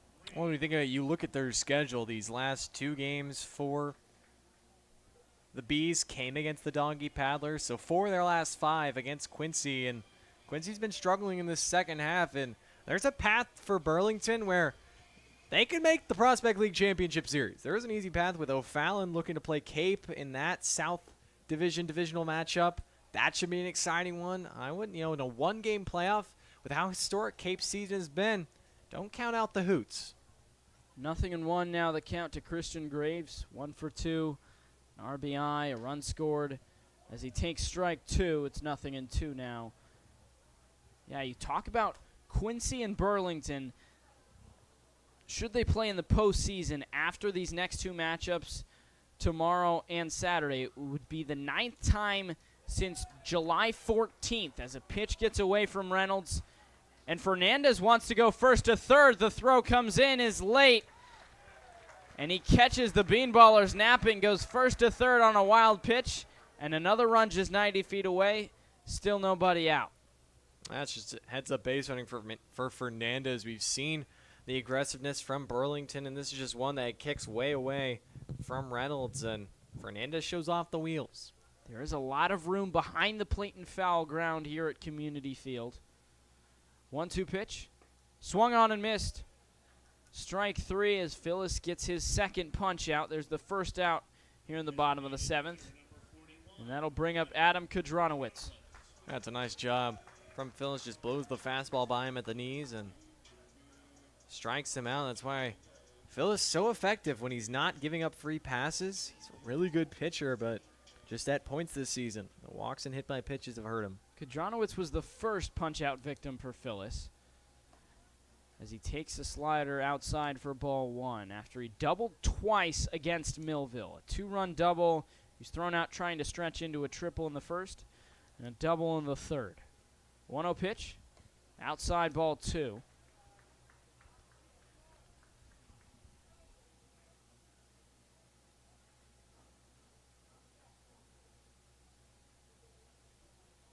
Infield shaded to the right, 2-0 pitch. Catches the corner, 2 balls and 1 strike. The Bees have been completely out of hand in this second half. They're overall 20-8, looking to go 21-8, but they've won 14 of the last 15. Swung on and missed. Strike 2 as Phyllis gets back to an even count 2-2 after falling behind 2-0. But for Burlington, again, 8 matchups within that streak against Quincy as this one's blistered out to right center. Newton was in left center. He has to go a long way to get to it. As Kadronowitz kicks up dust, chugging into second by the time the dust settles. He has his second double of the day. And the Bees have their 8th run of the ball game. It's now 8-1 Burlington. Yeah, Newton was playing Kadronowitz to go backside again, and it's one of those things you usually don't see sometimes, but this one just a nice simple swing deep center, and I think if Newton's playing where he normally was lined up, he probably catches this, but the over adjustment cost him. After a pair of backside doubles, he has a pull side double. First pitch in the dirt, dug out by Reynolds, who thinks about throwing down, but neither Weiss nor Fabriette were covering the bag. Overall, it's the 11th hit for Burlington. Decatur has managed just 3. 8 runs to just 1 for the Bean Ballers. 1-0 pitch. Slider drops in for strike 1 to Speaker, who's hitless today. Reached on a hit by pitch his last time up in the 6th. Stole a base, scored a run. He has a pair of groundouts looking for his first base hit. 1-1 pitch. Slider just above the zone. It's now 2-1.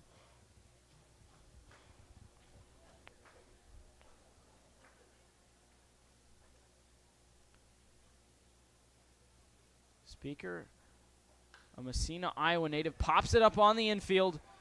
In foul ground, Phyllis and Reynolds fight for it, and neither of them catch it.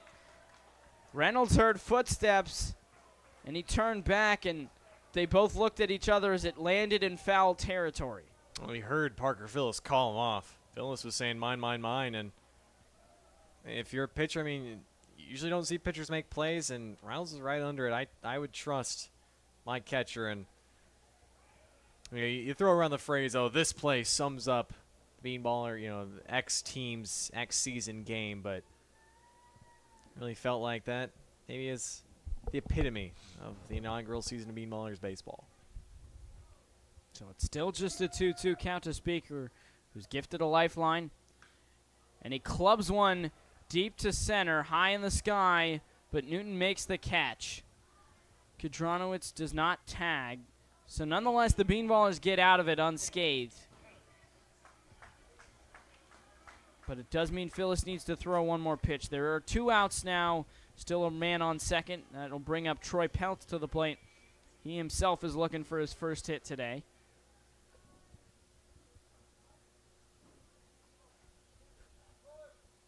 Infield shading Peltz heavily to pull. Struck out and grounded out to first before he walked and scored last inning. Pitch gets away from Reynolds, a breaking ball in the dirt. And Kadronowicz gets an extra 90 feet out to third. It's the second wild pitch of the inning. That's a curveball that Reynolds tried to get in front. I think it just hits his shoe. It bounces in front of the plate. He tries to smother it and just kicks off his left leg and pops behind him. 1-0's in the dirt, dug out by Reynolds again. It's 2-0.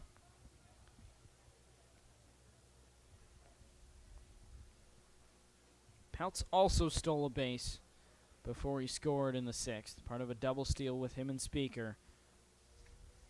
2-0 pitch, grounded off the mound. Fabriette fields it, and it gets under his glove. Kadronowicz comes in to score. The Bees have plated 2 in this inning. The second error on Fabriette in the field, and it's now a 9-1 ball game. Well, even a single on that, actually, it looks like. It's a weak dribbler, but feels like Fabriette should probably have this one. But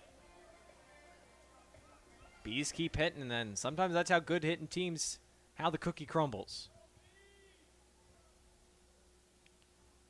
First pitch well outside on a fastball to Rowan Bergeron, and they have now put an error up on the scoreboard. They also put a hit in the hit column, so a little confusion there as they've now taken the hit off. It's just an error. Well, now if you're Badgeron, you represent the game-winning run. If you could somehow hit this ball out of the ballpark, we'd be headed back to Decatur earlier than expected. First pitch, Badgeron takes a slider just above the zone, and so far for him on the year, he does lead the Bees with 9 long balls, a team that's hit 45 on the year, third most in the Prospect League. None tonight, as 2-0 becomes 3-0. Phyllis misses upstairs on a fastball.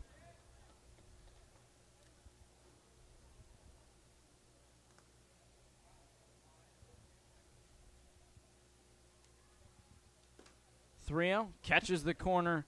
It's now 3-1. Badgeron also hitless. 5, 6, 7 are hitless for the Bees. Badgeron 0 for 3. Fly out, strikeout, pop out. Grounds this sharply. Weiss has it. Flips to Fabriette to retire the side, but not before the Bees get 2 more. On a couple of hits and an error in the field, they leave 1. We go to the 8th inning. Bean Ballers are down to their final 6 outs, and they're chasing 8 runs.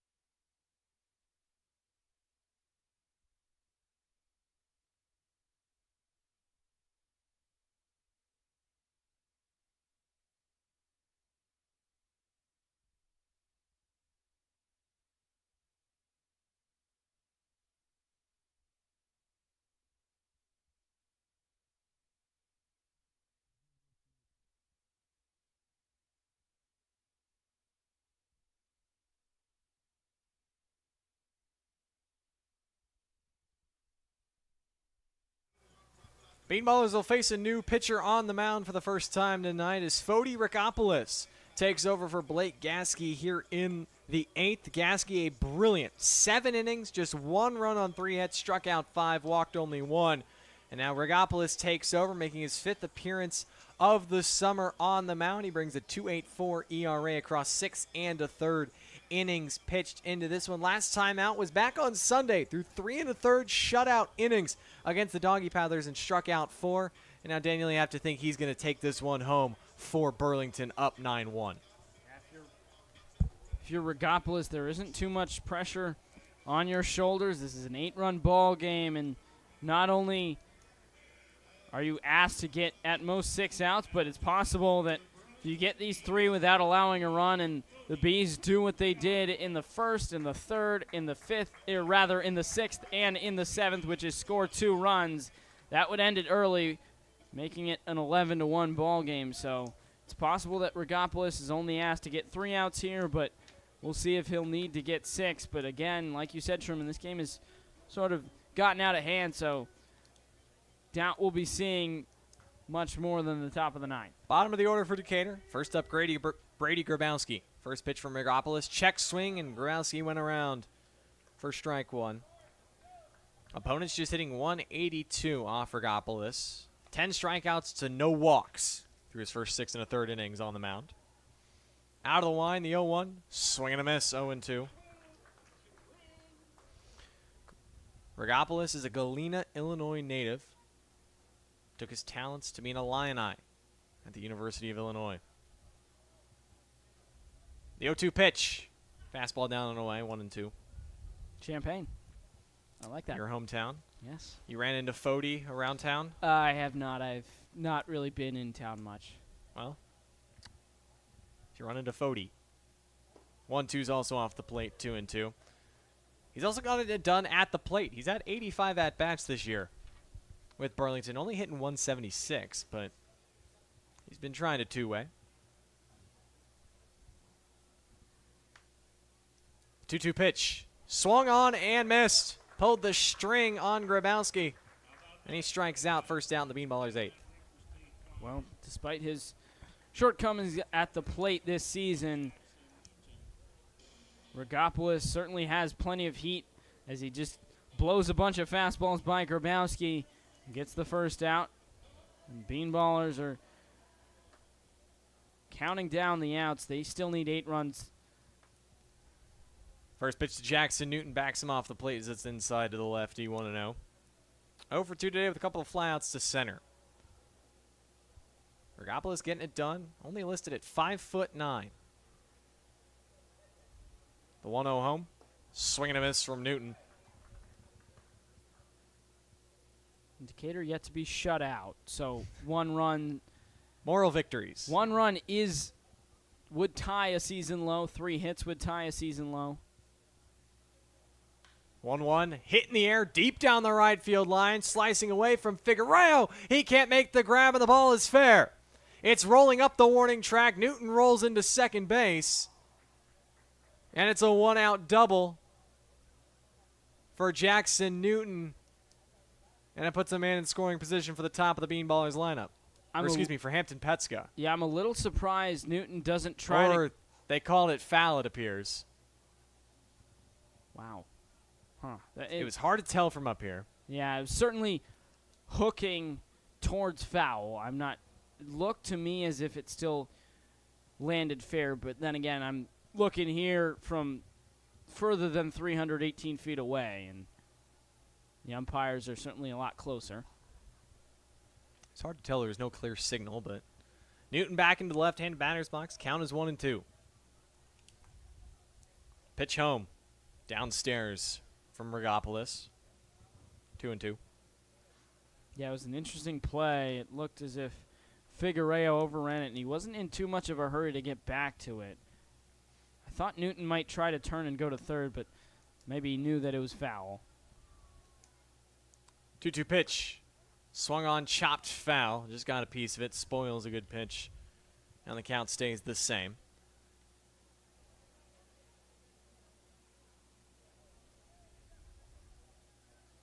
Newton this past spring played at Marion Military Institute. Will be taking his talents to Illinois Central College this upcoming year. But focused on the finale of this summer season. As another 2-2 spits on it in the dirt, and the count goes full. Hampton Petska on deck. Newton's still without an extra base hit here this summer, so he was hoping that ball stayed fair. 7 hits, all singles. The payoff pitch. Line to the right side. It's going to get through into right field. There's the 8th single for Newton. It's not a double, but he takes it. It's a hit. And it gives the Bean Ballers a 1-out base runner. Yeah, Newton really struggles with pitches outside, especially fastballs outside, just because with that high leg kick sometimes can't get it down in time and completely loses his bottom half and just throws his arms out. This is over the middle of the plate, turns on it, blasts it through. There's the 4th hit for the Bean Ballers today. Now for Hampton Petska, who has another moral victory for Decatur, a solo homer. Got them on the scoreboard back in the 3rd. He swings at the first pitch, but swings through a slider, 0-1.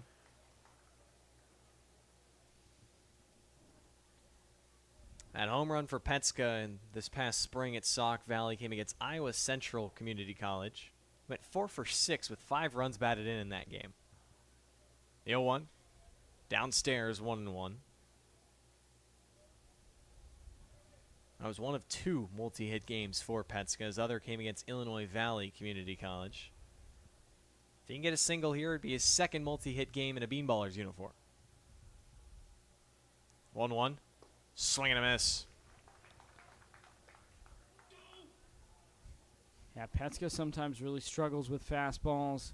He's got a very long swing, especially fastballs away. It was a hanging slider that he blasted out. Out of the stretch, Rigopolis. 1-2. Fastball outside corner. Called strike 3. Petska's caught looking. 2nd strikeout of the inning for Rigopolis. There's still a man on first with 2 outs for the top lineup and Charlie Linderman. Yeah, this is just absolute paint from Rigopolis. Touching the black on the outside part of the plate. Nothing Petska can do with that one. And he's down on strikes. Linderman 0 for 3 today. But he has a chance here in the 8th to extend the inning for Decatur. First pitch. Check swing, but it's a called strike anyway. And he's trying to bestow some wisdom that Jackson Miller left him with and instill the heart of the mighty, mighty Tiger. Trying to be that mighty, mighty Tiger is Charlie Linderman. The 0-1. In the dirt, blocked by Kang, 1-1. I'm sure Linderman was a little frustrated with some calls he got from Dane Monroe behind the plate. He's looking to do, rather to not do what Petska did, not do what he's done twice today, has Linderman, which is strikeout looking. Hoping to put the ball in play and maybe even get the Bean Ballers a run. 1-1 pitch. Downstairs, 2-1. Mighty, mighty Tiger, 0 for 3 today. Struck out in each of his last 2 at-bats, but maybe facing a new arm, facing some fresh meat. He's looking to pounce. Rigopolis deals. High and away, 3 balls and a strike. Chase Weiss on deck.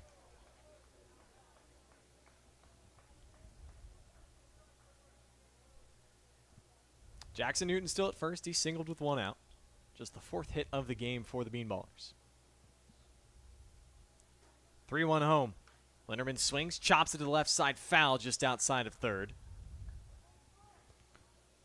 And the count is now full. I believe we actually talked about, I asked you the question, have you ever been stung by a bee last time we were here? That's a long time if ago. I'm remembering correctly, which I know feels like it was eons ago. What are your opinions on bees? Do you have strong feelings on bees? Payoff pitch. Downstairs ball 4. Linderman walks. So the mighty, mighty Tiger may not feast as much as he wanted to, but he reaches base. And, well, I feel like bees, you know, they were creatures made by God, and I'm not actively pursuing a career in beekeeping, but I definitely am of the belief that if You don't mess with bees, they won't mess with you. They are creatures that are going to keep to themselves. And honestly, I like honey. Honey is a nice thing to put on a nice hot roll or a biscuit. Yeah. But bees, I'm neutral. Neutral on bees. Neutral. Interesting. Yeah, I would say, of course, wasps and hornets and those sort of creatures are more that I have a vendetta with than bees. So I would They're say just mean girls. I would sort of agree with you with that. But another thing is like they often tell you that bees sting once and then they're dead. And so far today, the beanballers have been stung several more times than just once by the bees. So maybe this is wasps in bee clothing. Weiss half swings through a pitch down in the zone. It's a ball and a strike. Certainly it's been painful today for Decatur. Had some high hopes that, hey, you could ruin somebody's season, and, well, maybe you are by losing. You're hurting Clinton and Normal, who asked you to beat Burlington. As Weiss takes a strike, and it's 1-2. Beanballers trail by 8, 9-1, top of the 8th here. 1 ball, 2 strikes, 2 outs, 2 men aboard for Decatur. Fody Regopoulos on the mound. He delivers home. Lightly grounded to short. Gloved by Fernandez on the run. Throws to first in time to complete the 6-3 putout. Beanballers get 2 men aboard for the first time today, but they do nothing with it. We're at the bottom of the 8th. The Bees are looking for 2 runs, possibly end this one early when we come back.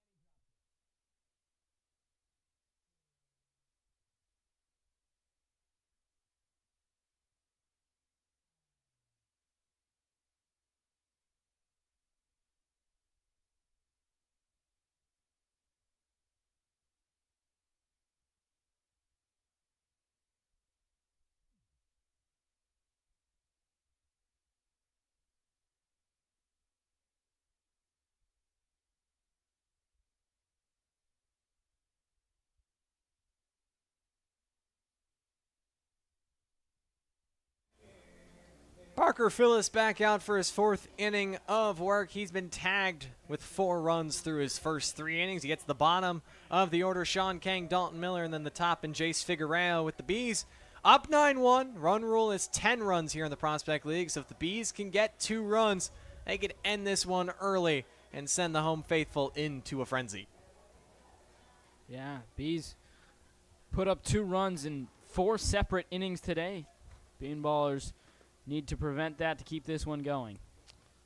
Phillips' first pitch to Kang is in for a strike. He's 1 for 2 today, a double, and he drove in a run back in the 6th on a sacrifice fly. It was 12th RBI of the summer. The 0-1 from Phillips. Swung on, grounded, foul just outside of third. He whacked it, but he couldn't keep it fair, and it's 0-2. Kang had a very nice year at SIUE in the Ohio Valley this past spring. Hit .284 with 38 hits and drove in 24. His best game was a 4 for 6 with 3 doubles against Eastern Illinois in the final conference series of the year back on May the 10th. He had a very nice collegiate season after he played sparingly the first 2 years. The 0-2, chopped on the ground in fair territory, gloved by Charlie Linderman, fires it across, and Kang is retired for out number 1 in the Bees' 8th. Yeah, Truman, we came into today expecting a lot of contact in the field for the Beanballers, as the Bees are a team that came in with 5th most hits, 2nd most runs, batting average overall 7th most, but it was a team that drew the most walks, and they don't strike out a ton. So expected a lot of contact, and the Bean Ballers haven't played great defense, but they have limited the walks. If we're talking about moral victories, walks have been a few for Burlington so far today. They've only drawn 1 walk and 2 hit by pitches. Fastball inside to Dalton Miller, the 9-hole hitter. He fouled off the first pitch, so it's 1-1. He's 2 for 3 tonight with an RBI his last time up, his 14th of the year. It's his 5th multi-hit game of the summer. It's a 1-1 from Phyllis downstairs, 2-1, and it's his 2nd here in the month of July. He went 2 for 6 with a homer and 2 RBIs against the Horseshoes back on July 17th.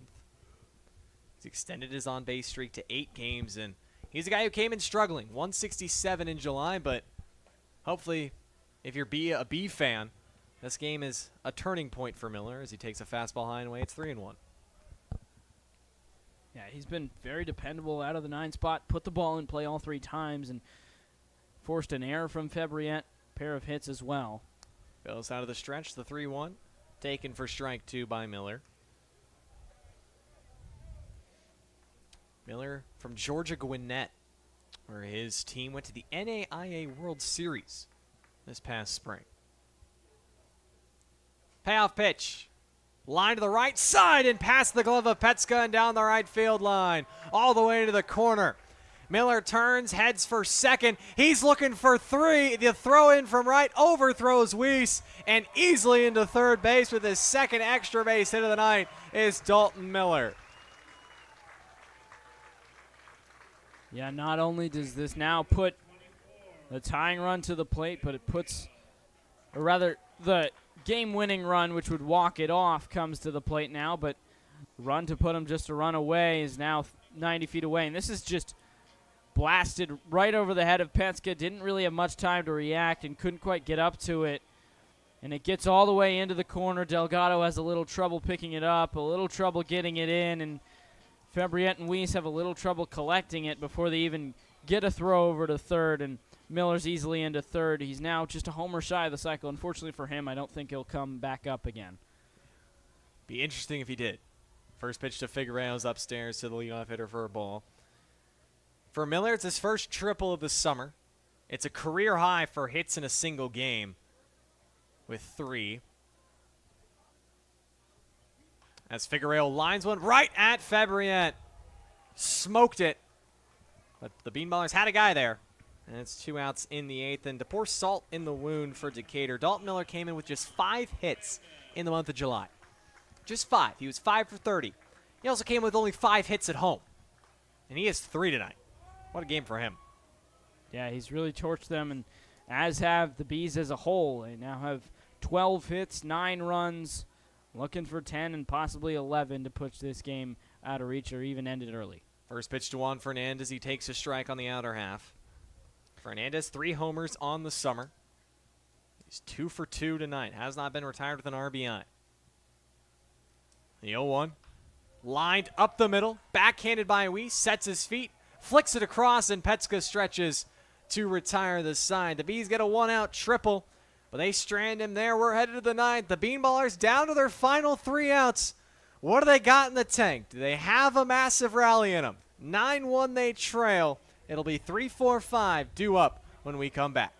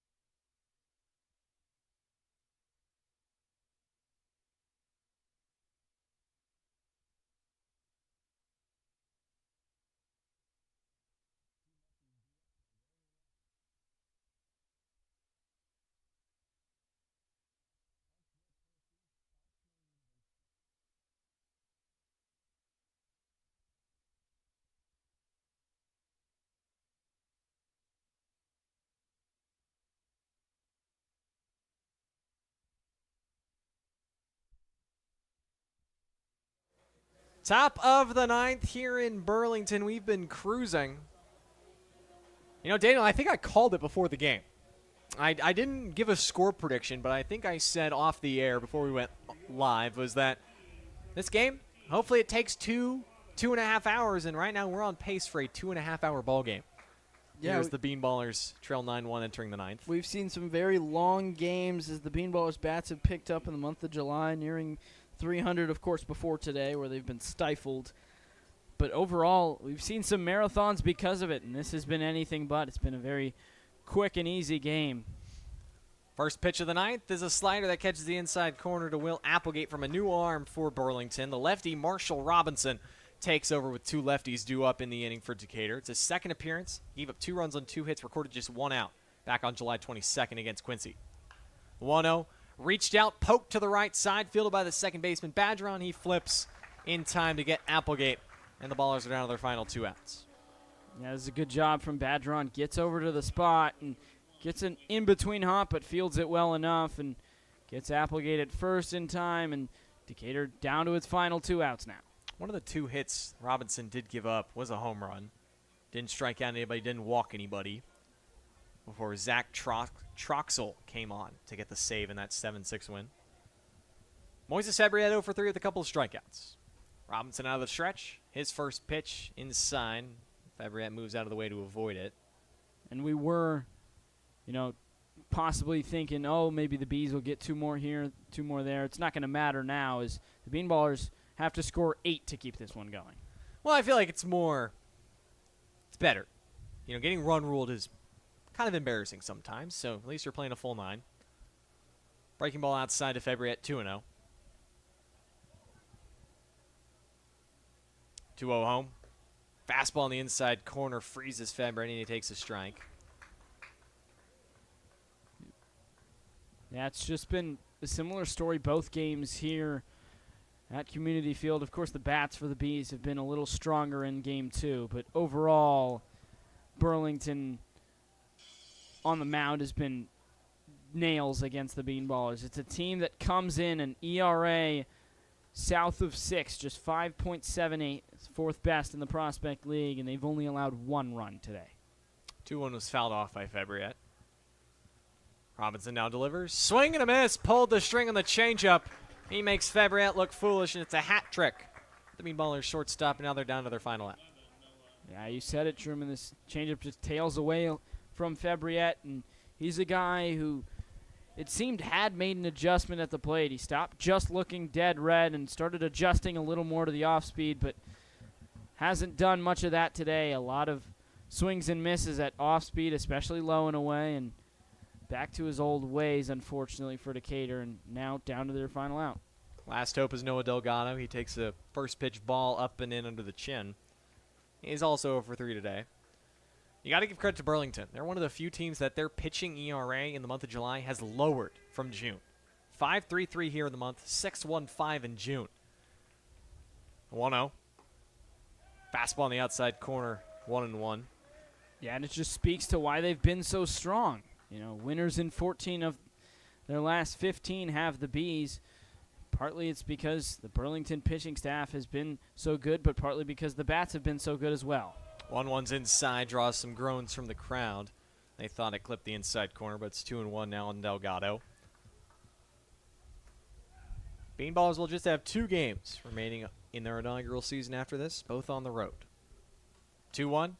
Fouled straight back into the inning, and the Bean Ballers are down to their final strike. They'll be in Thrillville tomorrow to take on the Thrillbillies for one final time. Rubber match in that season series, and then Saturday in Danville. Hopefully looking to spoil a Dan's playoff appearance. Crowd comes to their feet.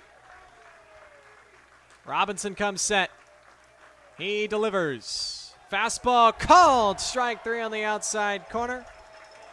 And the Bees needed a win to keep their playoff hopes alive, and they get a win in dominant fashion over the Decatur Bean Ballers. 9-1 your final. Bean Ballers 1 run, 4 hits, 2 errors. Burlington 9 runs, 12 hits, no errors. Yeah, Truman, they say, we've talked about it so far this season, you need to play typically 2 of the 3 phases of baseball well to win a game. fielding, pitching, and hitting. And, well, you can tell by the scoreboard the Bees were the better team on all three phases. They made fewer errors in the field, no errors actually, and out-hit the Bean Ballers by 8, outscored the Bean Ballers by 8. Overall, they were the better team on the mound, better team with the bats, better team in the field, and they end up better team on the scoreboard. Blake Gasky gets the win, his second of the year. He went 7 innings, gave up just 1 run on 3 hits, struck out 5, only walked 1. Kane Millville takes his first loss, gave up 5 runs in 4 innings pitched, struck out 3 on 8 hits. But, hey, you get 2 more chances tomorrow and Saturday to get that 10th win of the second half. And also, you'd love to win both and potentially end the season with 20 wins overall on the year. But we'll be back at here tomorrow, right here on the official YouTube channel for your Decatur Bean Ballers. Bean Ballers at Thrillbillies down at Mountain Dew Ballpark. But, Daniel, any final thoughts before we sign off and hit the road back to Decatur? Yeah, it's just a tough loss for Decatur. Certainly one that, the playoff hopes are already gone, so it's not necessarily something you're completely hanging your head on, but a little disappointing that it wasn't really ever close. And there is some rain coming in. It's possible that we might not have a game Saturday. Possible we might not have a game at Friday either. So if this is our final time, I want to thank everyone who tuned in. Big thank you to all those who have been with us this whole season as we've been bringing you Decatur Bean Ballers baseball. Hopefully it's not, but just wanted to say that just in case. But, yeah, it's just a tough one to swallow here in Burlington. Yeah, hopefully not. Thank you to Jamie Toole, Glenn Gutek, Greg Gutek, Jacob Watkins, Mike Mose. Obviously thank the players. Thank Gabe Arroyo, John Toney, Pete Romero. Thank our fellow interns. If this is our final time, Daniel, I want to thank you. You've been quite the broadcast partner to get to call games with. 50, hard to believe. Tonight was the 52nd Bean Ballers game. Hopefully we have 2 more.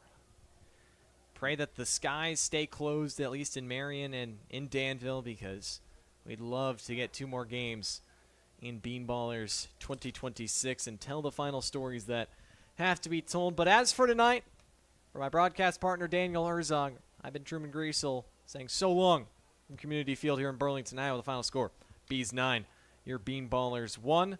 The Bees improved to 32-22 and 21-8 in the second half. Bean Ballers fall to 18-34 and 9-19 in this second half. But we say so long. Have a good night. We'll be back at it tomorrow, 7 o'clock, first pitch, right here on the official YouTube channel for your Decatur Bean Ballers.